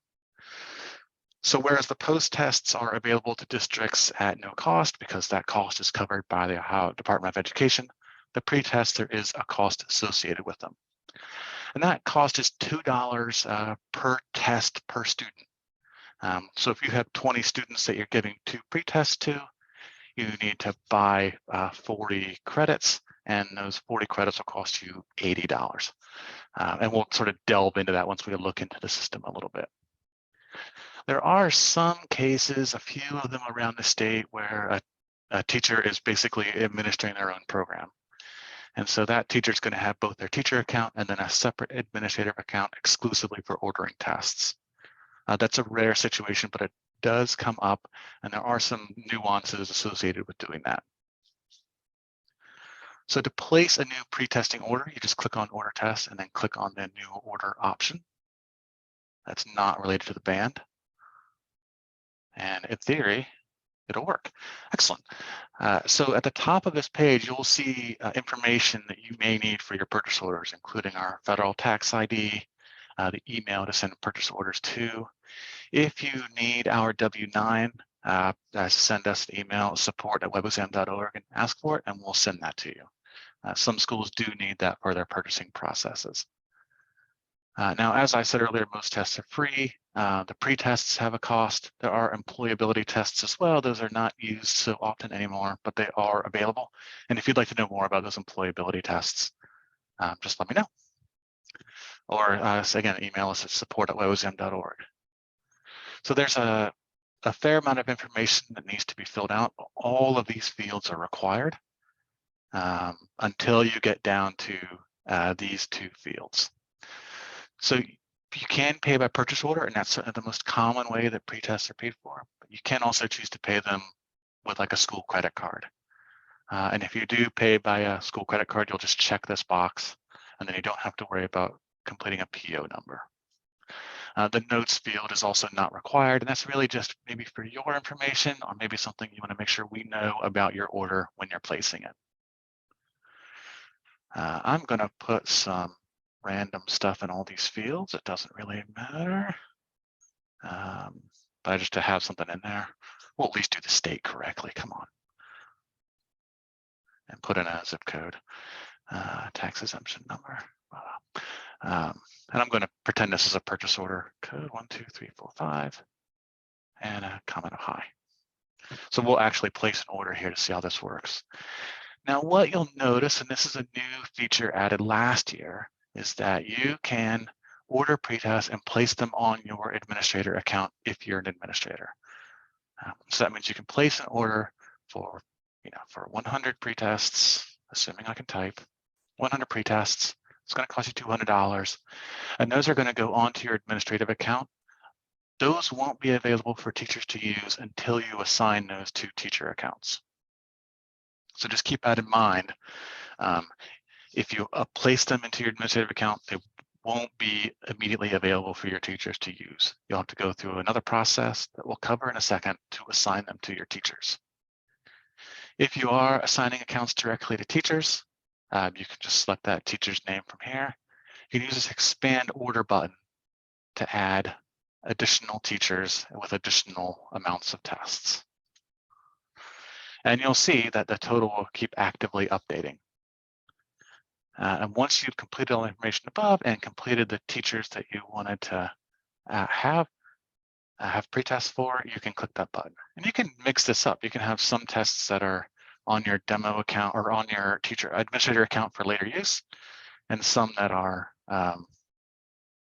assigned to specific teachers. So once you submit this order, that process is done. Those tests, if you've assigned the credits to teacher accounts, they're immediately available. If you haven't assigned them to teacher accounts, then they're available to you to assign them. This gives you one last confirmation just to make sure that everything is correct, and you confirm that order. Now, hopefully they're not going to make me pay that. I'll have to talk to our accounts people and see. But what you will at least notice is that now in the order history, and that's under this view orders link, you'll see that new order that I just placed now at 1037. There's purchase order number and there's the cost. And if you expand that out, you'll see the note, very clear note that I left to myself, and then you'll also see the teachers / admins the credits were assigned to as part of that order. So again, that's just for your informational purposes. Now, say you wanted to move credits off of your administrator account and onto a teacher account. To do that, you use this reassign credits option.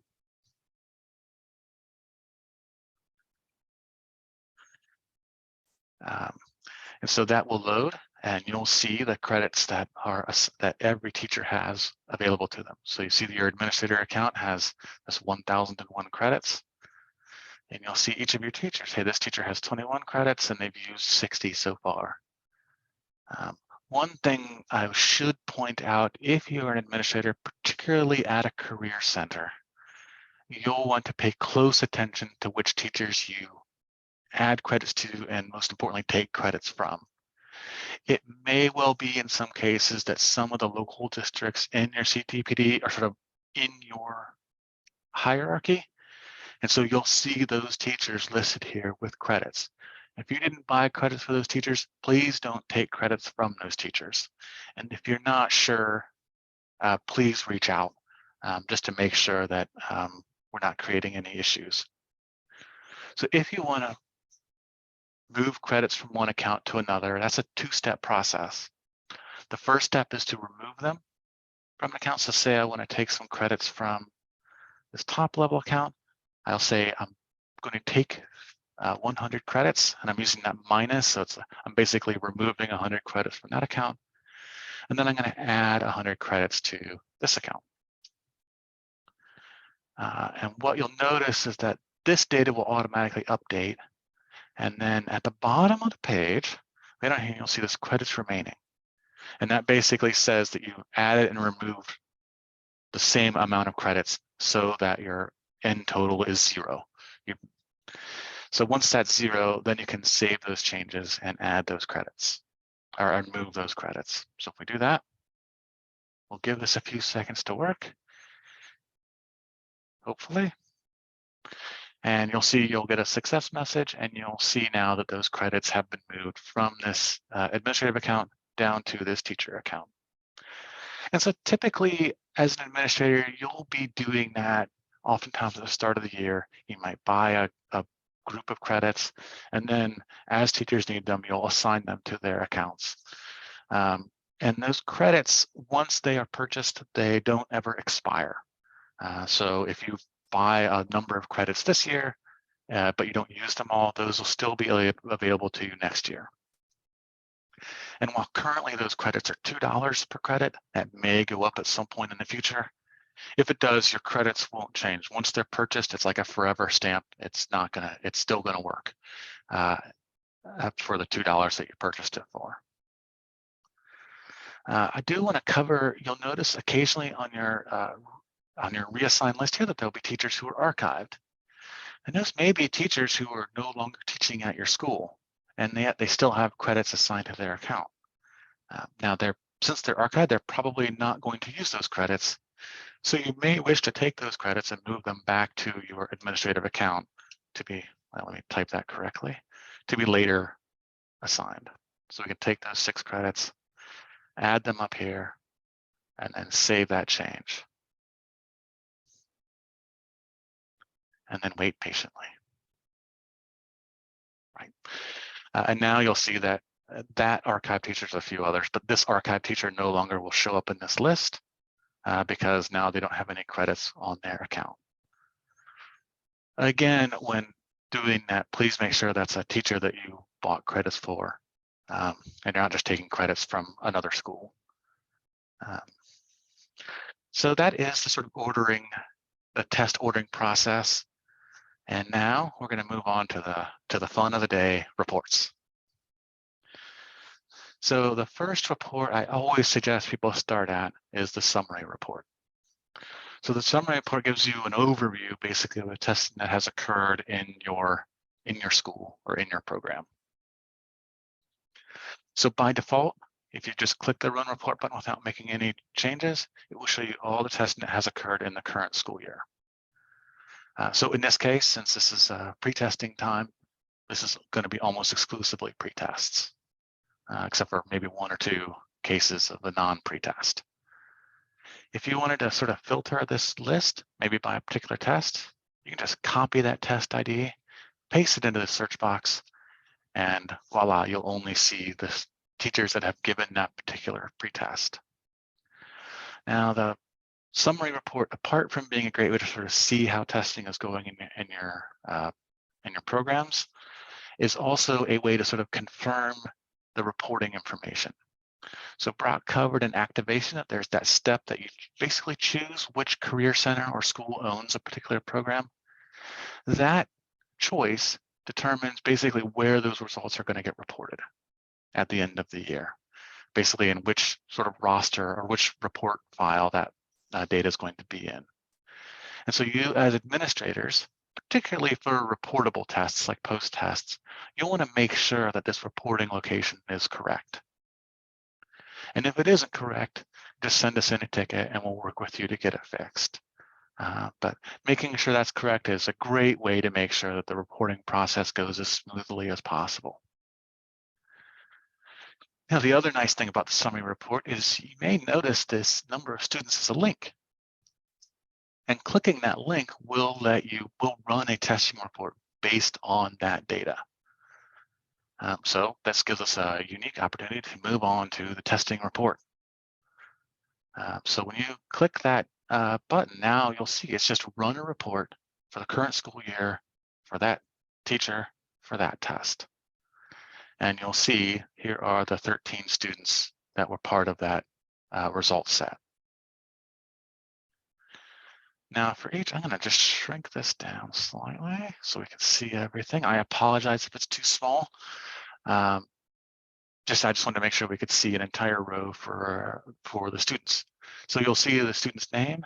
If the test has performance standards, you'll see them listed here. You'll see the date that the testing occurred on. You'll see how many questions they answered correctly, how many questions total, and then the scoring percent rounded to the nearest whole number. As Brock covered in the student list, there's also this expand button. This will basically show you all the testing that student has done and any pathway scoring they may have. So you'll see, hey, this student has only taken this one test. And thankfully, these 2 pieces of data match. Okay, and then there is a show additional details option that will show you basically the location and the teacher name. And this is useful, particularly if you're doing exports. All of our reports are exportable into Excel as CSV or as PDFs. And what you'll get in those reports is basically what you're seeing here. So if you want this additional information in the export, just show it. If you don't need that information, you can leave that unchecked, do the export, and you'll only have the fields that you're seeing. Also, all of our reports are sortable. If you wanted to sort by the test date, you can do that. If you wanted to sort by correct, you can sort as needed. Is there a way to see all the pre-tests a student has taken during a particular school year, like in the pathway per instructor? Typically only by using this plus, you can see all the testing that a student has done, or in the student list, you'll see this same information. There's no report where you choose a student and see all their testing. Instead, you use the secondary student list or this expansion to see that data. And you can export that out to Excel as well. Now, there are a number of options in the testing report that you can choose to leverage if you need to. One of those is this grade, but do sort of dissuade you from using that grade selection too much. With the new graduation requirements, we have students at Career Center but are unable to see test scores for graduation. We'll delve into that a little bit in the pathway report, that there are some options available for you there. So we do dissuade you from using this grade option, and the reason is that that grade level is based on the grade level the student had assigned to their account at the time they took the test. So if there's been any kind of problem where the data hasn't gotten updated successfully, maybe that senior is still listed as a junior in WebXam, then this report wouldn't be accurate. Instead, the graduation year may be the more appropriate choice, because that typically once set doesn't change. And so you can use this graduation year option, say, to specify a few years ahead, and you can run this report. And none of the students in this report graduate in 2024, 25. I think they're all freshmen in this case. So yeah, so use the graduation year. Another option under the during school year option, you can either choose a particular school year or you can choose all years. And that's really useful if you also selected a graduation year. Because what you're saying now is, show me all the students that have taken this test at any time, at any school year, but that are graduating in a couple years' time. And then when you run this report, you'll get the same information. So combining the graduation year with this all years testing option is a great way to sort of see how a cohort of students is doing. And you can also change this test option to be all pre or post tests.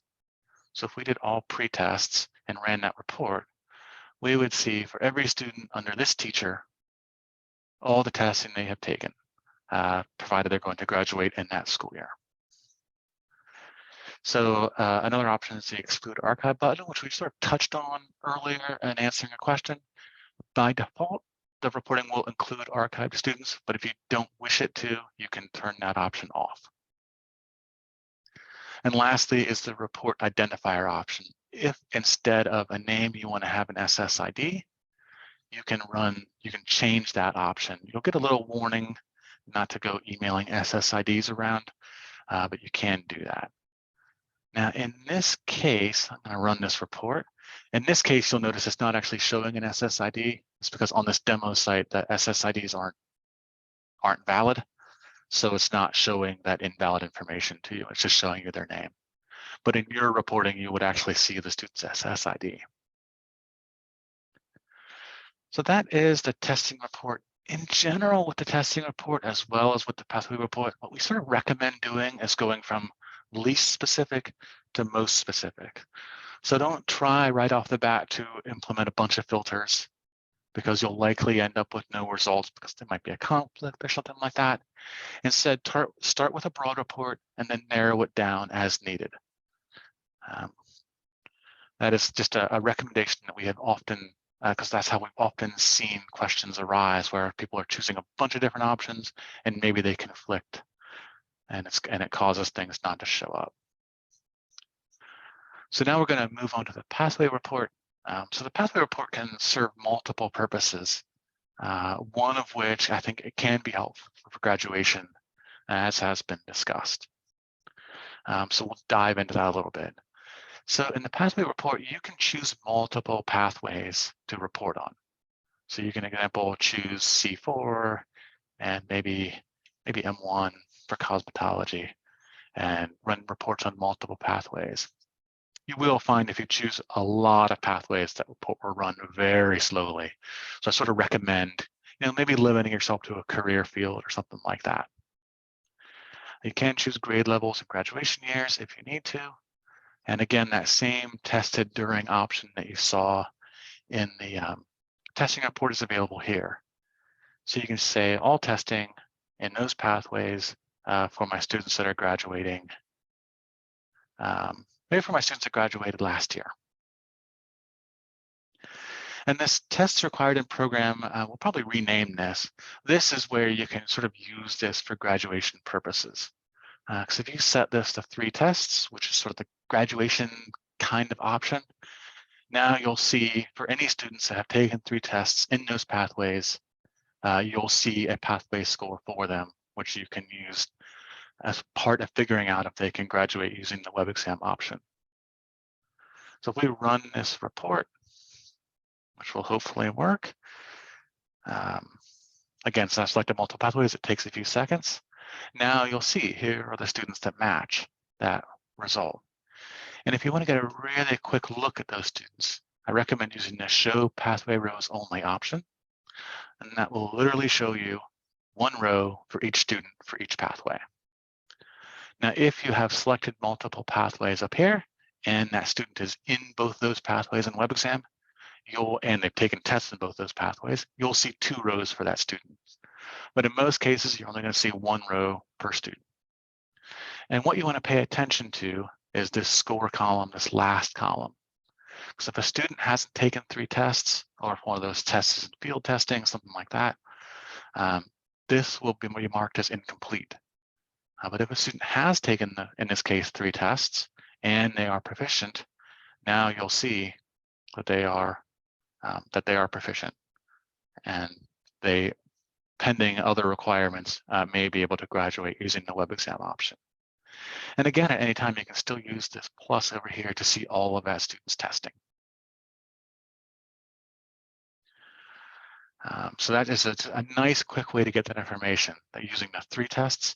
You can change this to 4 tests if you want to sort of see how your students are doing in these programs as a whole.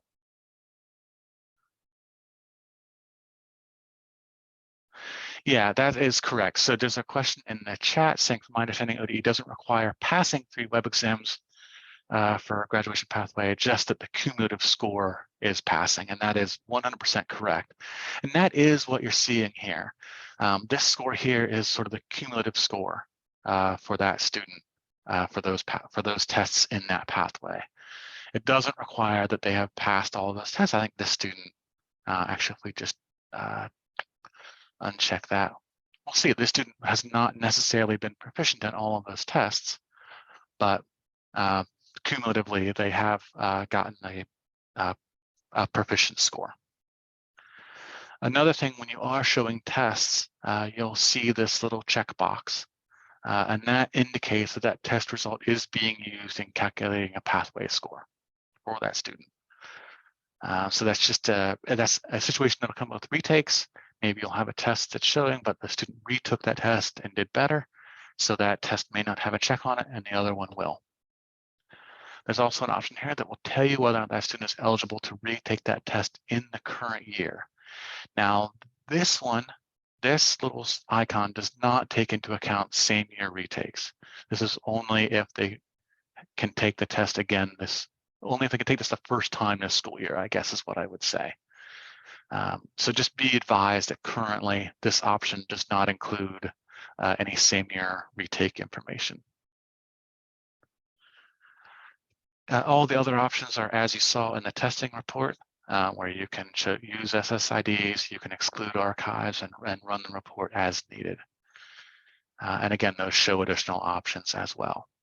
One thing I will add is this search box is always useful if you're looking for to sort of filter this report by particular information.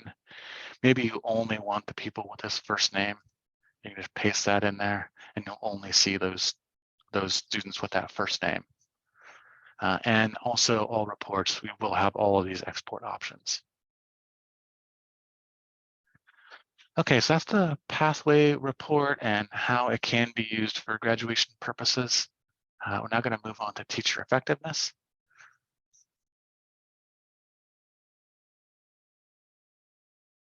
Yeah, thank you. So Carmen, I'm gonna repeat what I said about that option. Thank you for reminding me. I don't think I was very clear, so I appreciate you asking for clarification.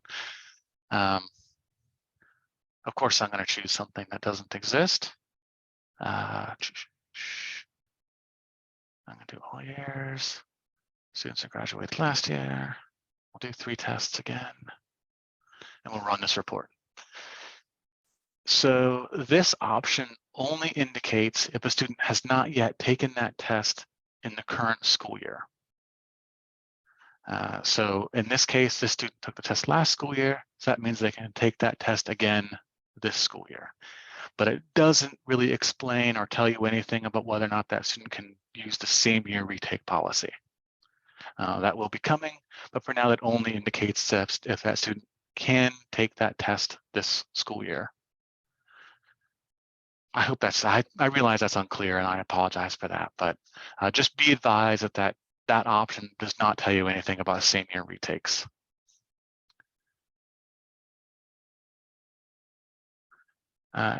Tracy, I apologize, I don't understand your question. If you could just rephrase it or repost it or whatever, we'll be happy to help as best we can. Is there a way for, in the system, a student who attends the Career Center for Career Tech for the home district to have access for school reports? So, Lisa, in general terms, yes. You should have access to all the student scoring if that student is in any of your teachers' lists. There might be some nuance there that I'm not remembering, but in general, you should have access to scoring information if that student is in any of your teachers' lists. So let's move on to teacher effectiveness. Well, okay. Some of our seniors are not in the WebXam system because we won't be giving them any web exams, but they are at the Career Center. Yeah, I think, yeah, so a student transferring in, once they transfer in their options, I don't think we covered this in the reporting or in the user management section, but once a student is transferred in, you can try to add them as a secondary student. And if we find that they're in another school district, we'll give you the option to transfer them along with their testing information. But yeah, I think in cases where maybe a student isn't testing with you this year, so maybe they only have Career Center teachers under them, you may want to work with your Career Center to sort of figure that out. And maybe there's a system where they can share data with you or something like that. And I think we can sort of follow up with that a little bit after the session and maybe via the ticket system if necessary. For now, we'll move on to teacher effectiveness. So the teacher effectiveness report exists or matters only if you're delivering WebXam pre-tests. So if you're doing pre-tests and then you deliver post-test, this report will tell you how your students, what their sort of student gain information was. So if we take this and we run this for last year, we'll see. Now here's a teacher. They gave a bunch of tests, and you can sort of see how their students did on the pre-test, how they did on the post-test, what that gain score looks like, and what the rating for that gain is. In this case, most effective. Now these are sort of raw numbers, these aren't percentages. So it's basically saying the students answered about 17 out of 40 questions correct on the pre-test, and then about 31 out of 40 questions on the post-test. And so that's reasonably effective. Most effective. So if you click on the green plus, you'll see the specifics for each test and then also for each student if you need to. Now there's a second report built in called the compliance report. Now the word compliance can be a little scary, but really what this is about is making sure that you're getting the most out of your pre-testing dollars. So it's a way for you to check as administrators and make sure that your teachers have given the post-test to all the students that they need to get the post-test to. Now, it's rare, it happens, but it's rare that this will be 100% because students may have transferred out or may have changed programs, something like that. But this number should be fairly high. Like it should be, I would expect it to be in the 90s typically. I'll come back to that question in a second. And then you can expand on that to see why it is that that particular test, why they didn't sort of give those two pre-tests to the particular students. In this case, it's the same student, they likely transferred out. So don't be put off by the name compliance report. It's really about, again, making sure that you as administrators, you're spending money on these pre-tests, and we want to make sure that you have information you need to maximize that. Yeah, so I'm at the Career Center. I don't believe that there's a way to run a report by partner school, is there? It depends. So that's my answer to every question. It depends. In some cases, based on the relationship between the Career Center and the school, if your account has access to that school's information, you can run those reports. And what you can do in reporting, say you're in the testing report, you can choose a different location and maybe choose one of the schools underneath at your CTPD, basically. Now that's not available to all administrators, and it's not available at all CTPDs, depending on how things are structured. So that won't work in every case, but in some cases that information is available to you. All right, moving on to the outcome report. Now the outcome report has seen some significant changes very recently. So we're going to go through those now. So now when you want to report, assuming I do that correctly, yes. So even if whether or not you choose the post-test or the pre-test from this option, you're going to see the same report for a given test. So you're going to see how the students did on the pre-test, if they've taken the post-test, how they did on that post-test, and you also see statewide averages for both if they exist. So that is all brand new. That is all brand new for you. And you can click on the Screen Plus and see how each student did on that outcome. So I guess I should back up a little bit and talk about what we're seeing here. We're seeing each outcome that's covered on that test.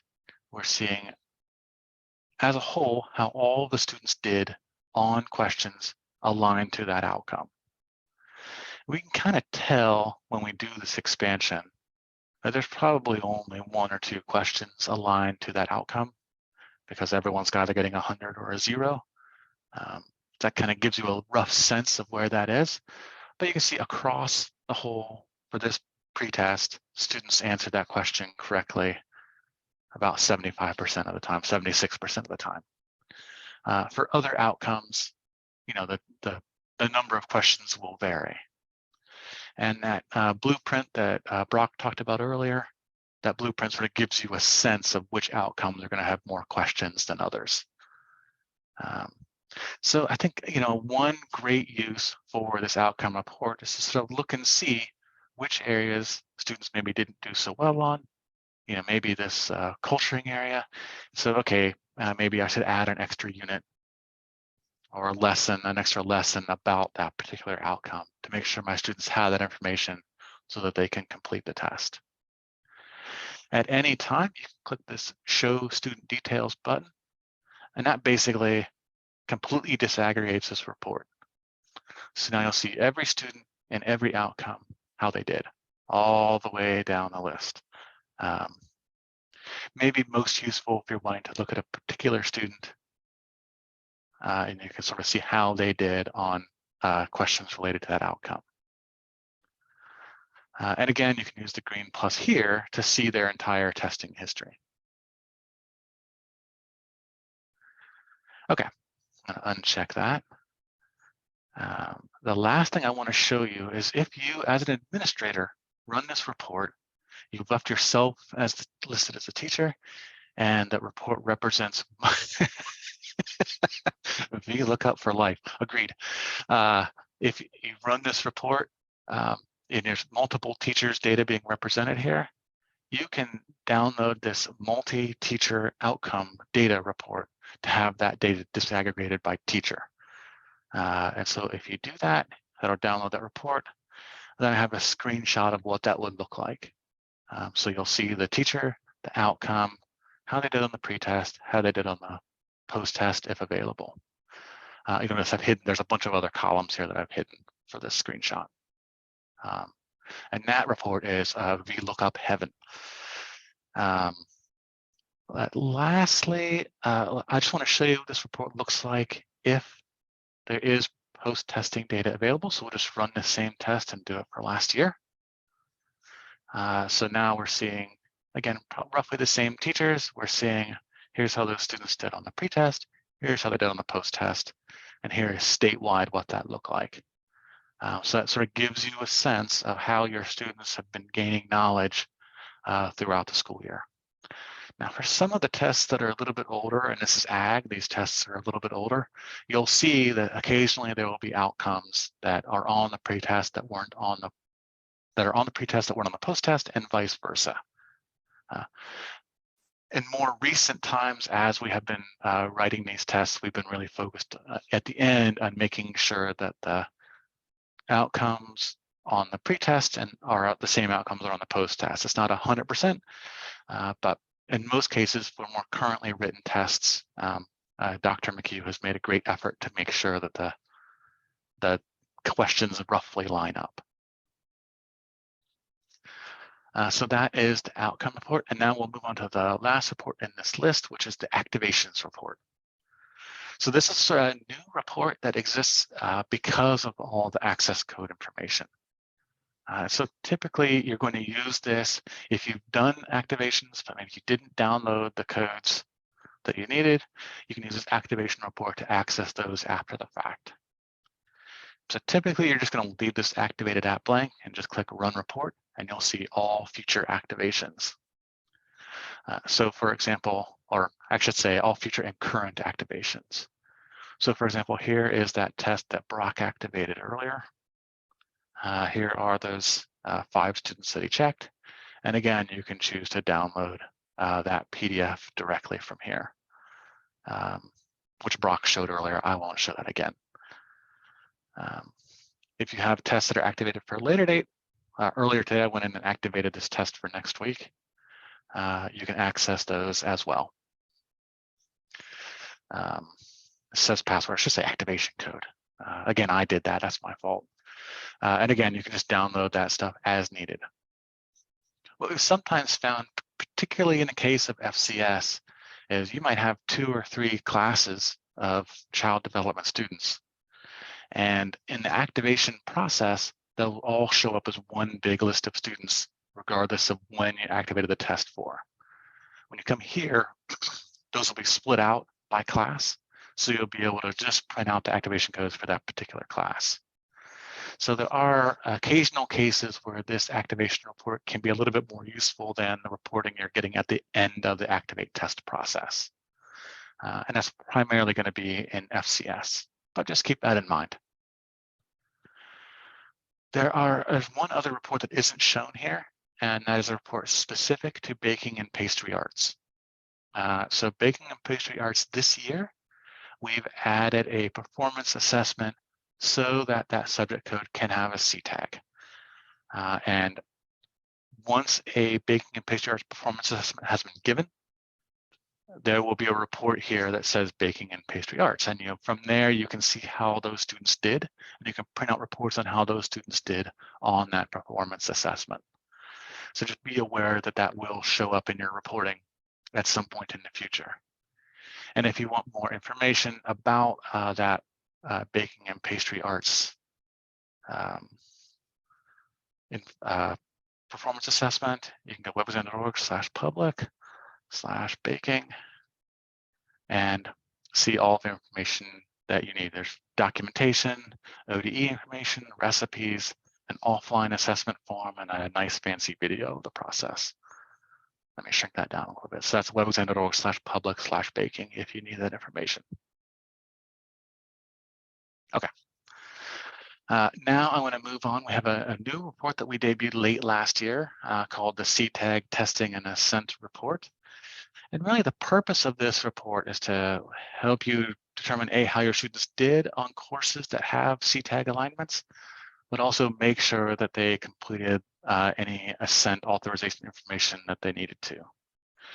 Now there was a question earlier about having an option to be able to choose all tests from this list. That's on the way. That is coming. It's just not there yet. But for now, you can do a report by test. I got to choose last year. So here you'll see roughly similar to the testing report, basically the same fields with one addition, this sent status. And this column is basically telling you whether or not the student assented to the data sharing agreement for that test. Now, if a test is taken in this current school year, there's an option to sort of schedule an update for that student. If they haven't taken that test in the current school year, they can't update that assessment or that assent. But one thing I want to make clear is, even if they didn't check that assent box, that their performance data is still sent to the Ohio Department of Higher Education, and then the colleges and universities should be able to see that information exists, even if they can't see what that information is. And they should be able to get assent from that student at the time to access that scoring data. So even if they haven't checked this box and they have left, there should still be mechanisms. Again, I don't work with higher ed, so I'm not 100% sure. I can't speak authoritatively, but there should be options for them to get access to the data at the school level if necessary. So just be aware of that. And what we have done, I don't know that this came up in the presentation, but when you're activating tests and the test you're activating is a CTAG, you'll have an option in the activation test where you can sort of see a script for what you might want to tell your students. Is there a disadvantage to clicking no for the student?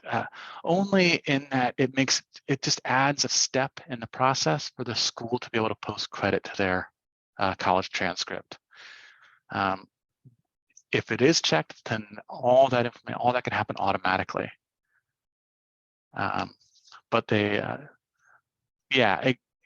that's it, Tracy. I think the last response that I sent question for a particular test is the one that we're relying on.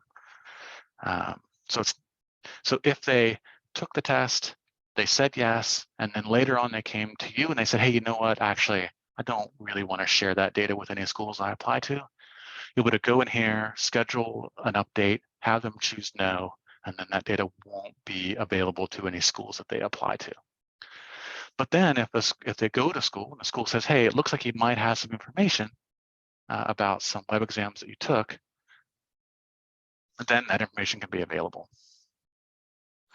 Does it hurt them to report scores to ODHE? I don't know the answer to that question. I don't think so, Jonathan, but I'll be honest with you, I'm not 100% sure. I strongly recommend checking with ODHE themselves or with ODE to see what that would look like. But they will still have to agree to it being posted to their transcript. I think so. Again, some of how that works on the higher ed side, I'm not too aware of. Yeah, that's a great point, Tracy. So some students can lose financial aid due to prior credits. This is things that we're not too aware of on the secondary side. So I would certainly recommend checking with ODHE about how that might affect any financial aid issues. That's just not information that we are aware of. So upcoming changes to reports that you should be aware of is that again, under this test option, there will be an all test option, and then that will also be the case under the outcome report.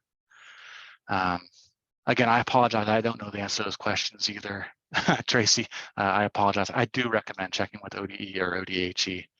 And when I meet with them, I'll ask them about that stuff as well, because it's just outside of our sort of area of expertise. So that really concludes the section about reporting, unless there are any additional questions. If a student took exam connected with CTAG last year and did not click the report option, but this year they checked the report option, yes.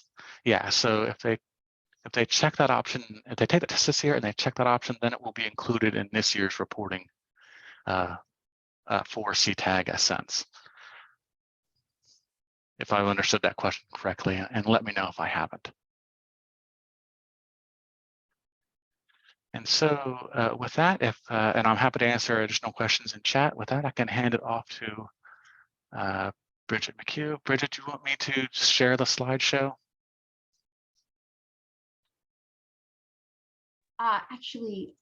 Yeah, I only have a few slides, so if you do want to just I'll just say next slide and you can just go into the next. Sounds good. Let me just do this question. Okay, so both juniors and seniors will be in the report, yes. And really any student that takes a CTAG aligned test, regardless of grade level, will be in that report. Okay. Thank you for clarifying. I apologize for not understanding right away.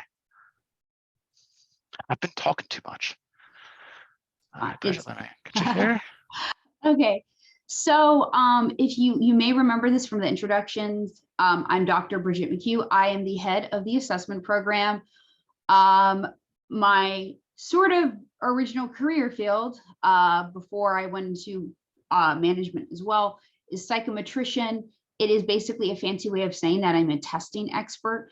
So in addition to having experience with educational testing, I have worked in other high stakes testing, such as HR testing, and we do quite a bit of certification and certificate testing as well.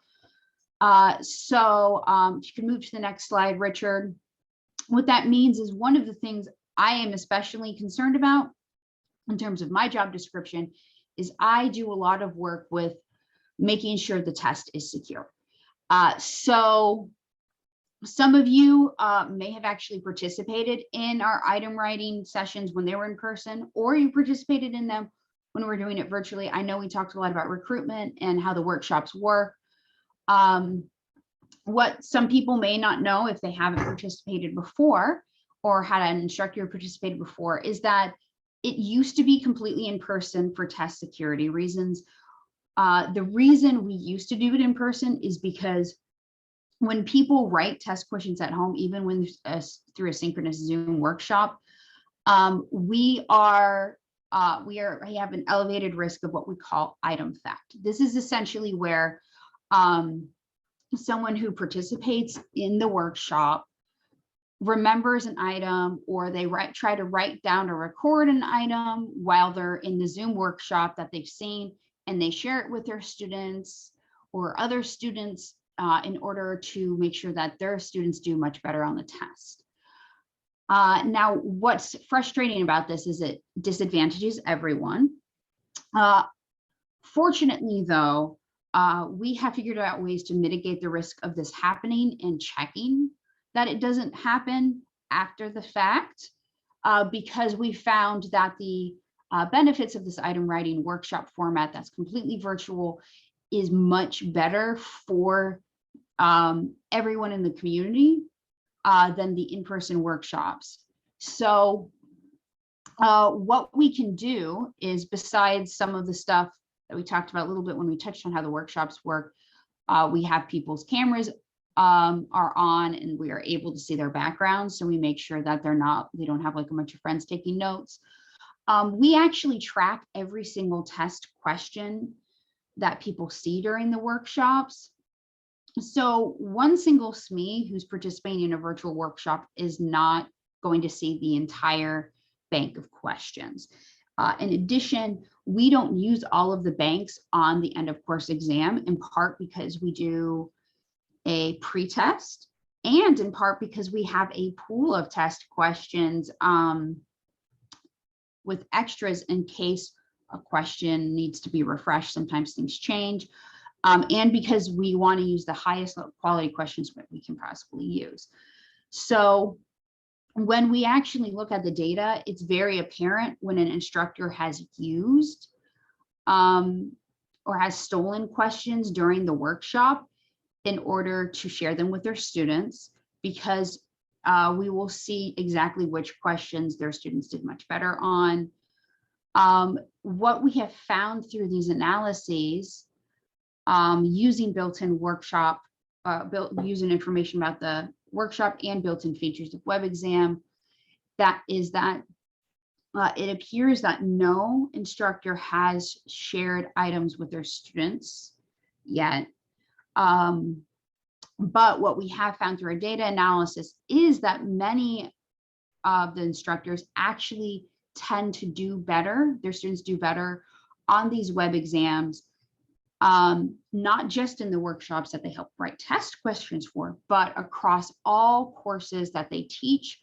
And part of that is that we actually teach instructors before they come to the workshop and during the workshop on how to write better test questions. And that prepares students for the exams much better than just like trying to steal some questions. And so that is one big incentive to you. If you're debating about whether or not to participate in this workshop, or you are an administrator who is sending some of your instructors to these workshops through Zoom, or if they're doing the alignment workshop, you can also see better test question practices. You learn those through those alignment workshops as well. So that is an incentive. If you have any other questions about test security, feel free to ask me after these slides, just so I can take all of the questions. Richard, can you move on to the next slide, please? Yeah, so the other big thing that I want to get everyone here who's involved in business, finance, and marketing courses to be aware of. We showed you how to access the blueprints. We touched a little bit on where those blueprints come from. So there are practices for designing tests. Again, if you're thinking about like what a blueprint is, so you have a blueprint for a house. That tells you about 20% of the first floor is the kitchen, about 10% is that, like breakfast nook. It tells you how much of the space or the content of a house is taken up by individual rooms. That blueprint is designed to tell us how much of the test should be taken up by individual units of content. In this case, it would be competencies, actually the outcomes within that course outline. In addition, we also look at the importance of their overall strand. So we do a two-tiered system of designing a blueprint. We know that the strand is that higher level part of the content standards. We look at which content standard is most important at the strand level, which one is of medium importance, etc. And we divvy up the amount of questions we're going to write based on that importance at the strand level. Then within the strand, we look at levels of outcome importance, and we divvy up questions within the strand so that like the most important outcome in that course outline gets the most test questions written. So you may be saying like, hey, how do you know what is more important? We find out from instructors. We send out a survey to all of the known subject matter experts or instructors on our recruiting list. We've been sending it out since the beginning of the month, just about. So if you have not received that, please let me know. I'm going to put you can see my email address is mchugh.159@osu.edu. We don't just send out a general link that everyone can take, because sometimes people forget that they've already filled it out. And when we add you to our mailing list, we know when you've already taken it, and we don't resend the link to you. And it allows us to check for duplicate responses. B, we don't want random people on the internet taking these blueprint surveys. You would be surprised when you have an open survey how many random people are just going through surveys. They find a link. So we want to make sure that someone is an actual instructor, or at least someone who's taught the course before, or is some kind of industry professional who knows the curriculum really well. We want only those people to be filling out this survey. This survey collects importance ratings. This is the same method that is used for almost all high stakes testing. If you look at how certification exams are rated, they actually do the exact same process we do. They do importance. Sometimes they might do frequency of use in the job, for example. But this is pretty standard practice. One thing we also do, because some of these competencies and the outlines are so hands-on, or there's something that are very difficult to translate into a test question, we also get ratings that tell us how difficult it is to actually write high quality multiple choice questions for each content standard. And those ratings allow us to just adjust the number of items slightly so that we aren't asking subject matter experts, instructors like some of you participating in this workshop. We make sure that we don't ask instructors to write questions to a content standard where it's very, very, very difficult to actually write questions to that content standard. So again, right now we are sending out that survey for business, finance, and marketing courses. Please let me know if you have not received it. Sometimes people don't realize that they've already filled it out, and I can check to see if you've already filled it out. If you accidentally somehow are on our list twice, sometimes we resend the link to people participating in the workshops. If they haven't filled out the survey when we start recruiting for those workshops, there's an opt-out link. It'll stop you from getting reminders. Can you move on to the next slide, Richard? So just kind of giving you a bit more in-depth understanding.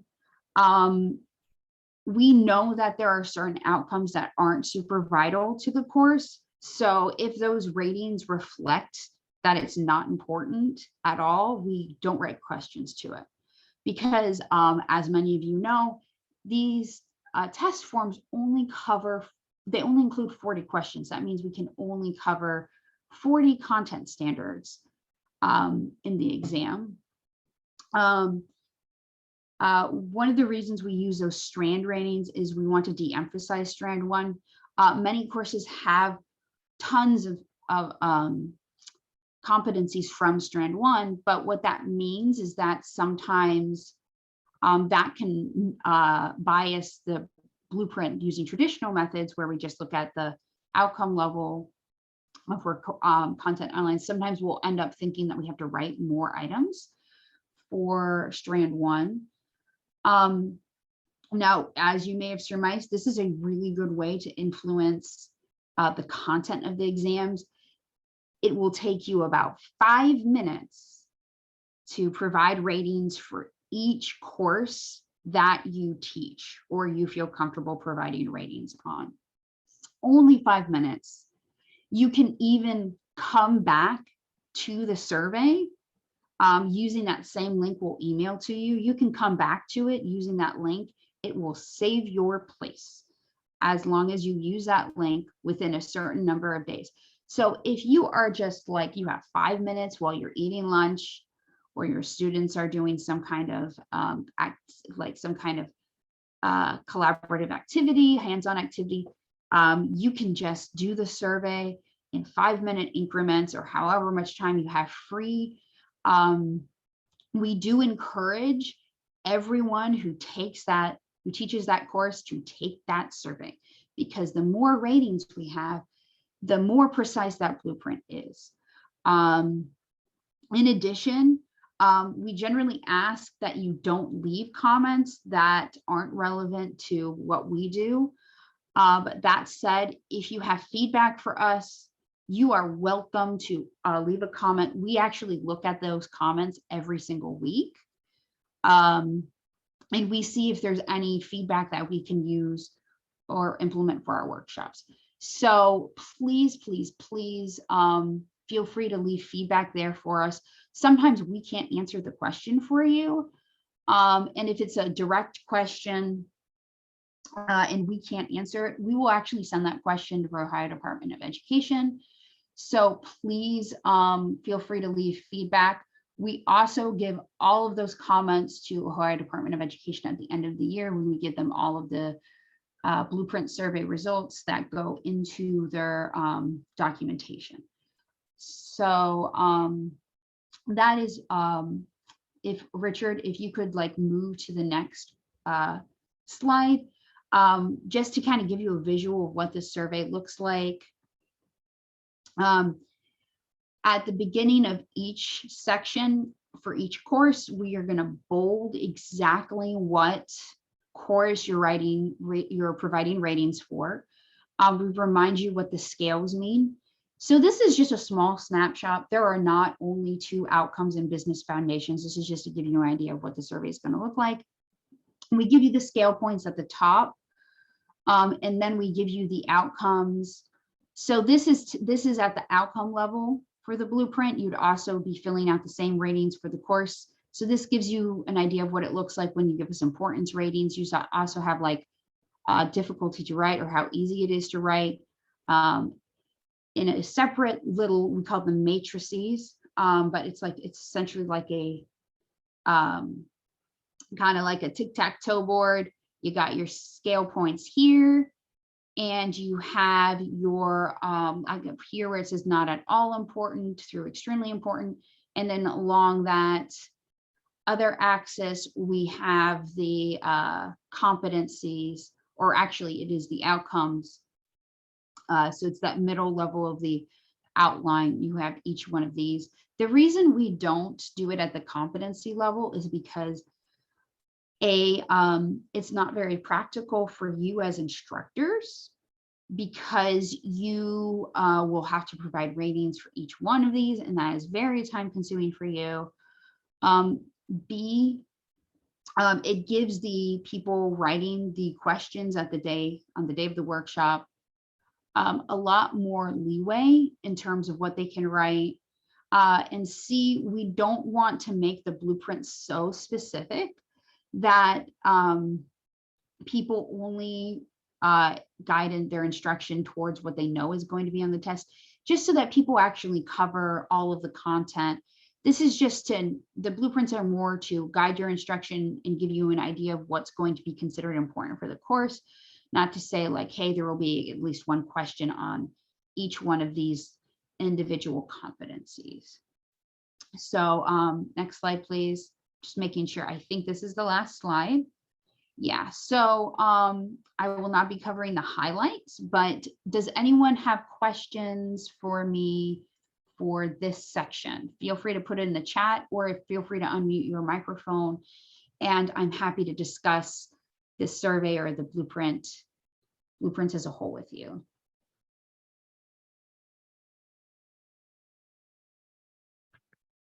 And we can open it up for questions related to any part of the presentation as well. And I'm putting my email into the chat.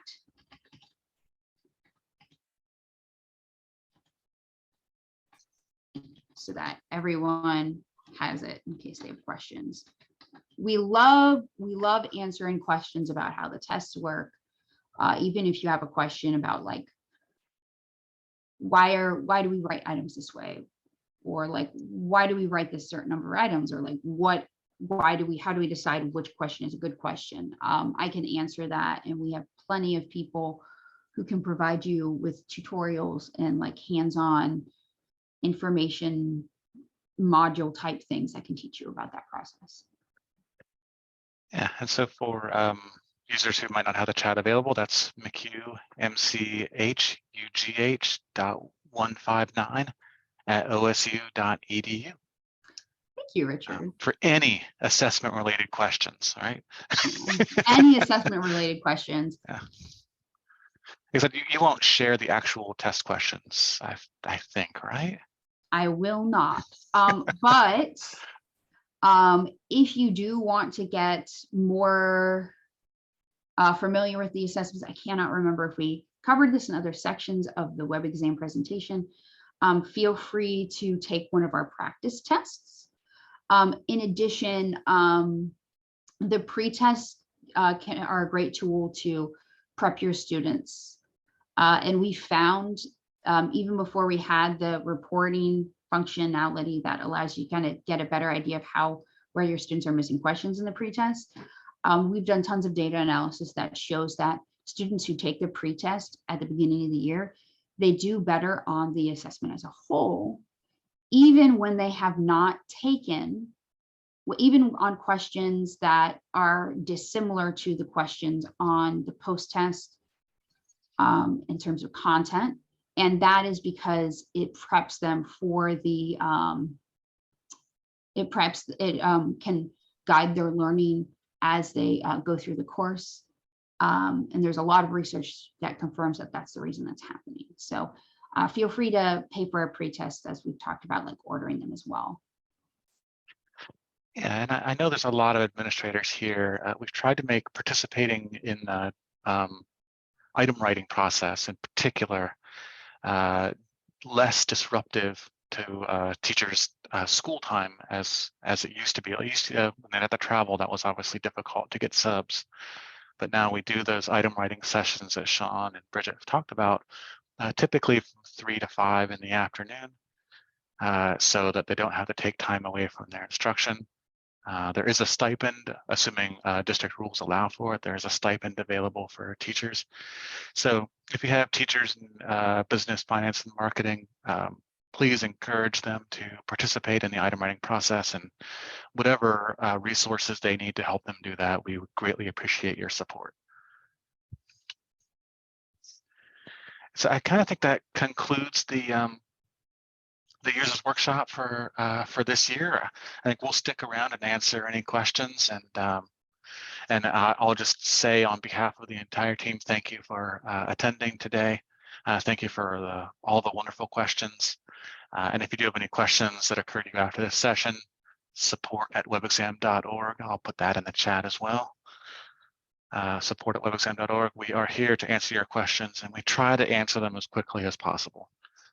So again, thank you all very much, and I hope this year of testing goes wonderfully.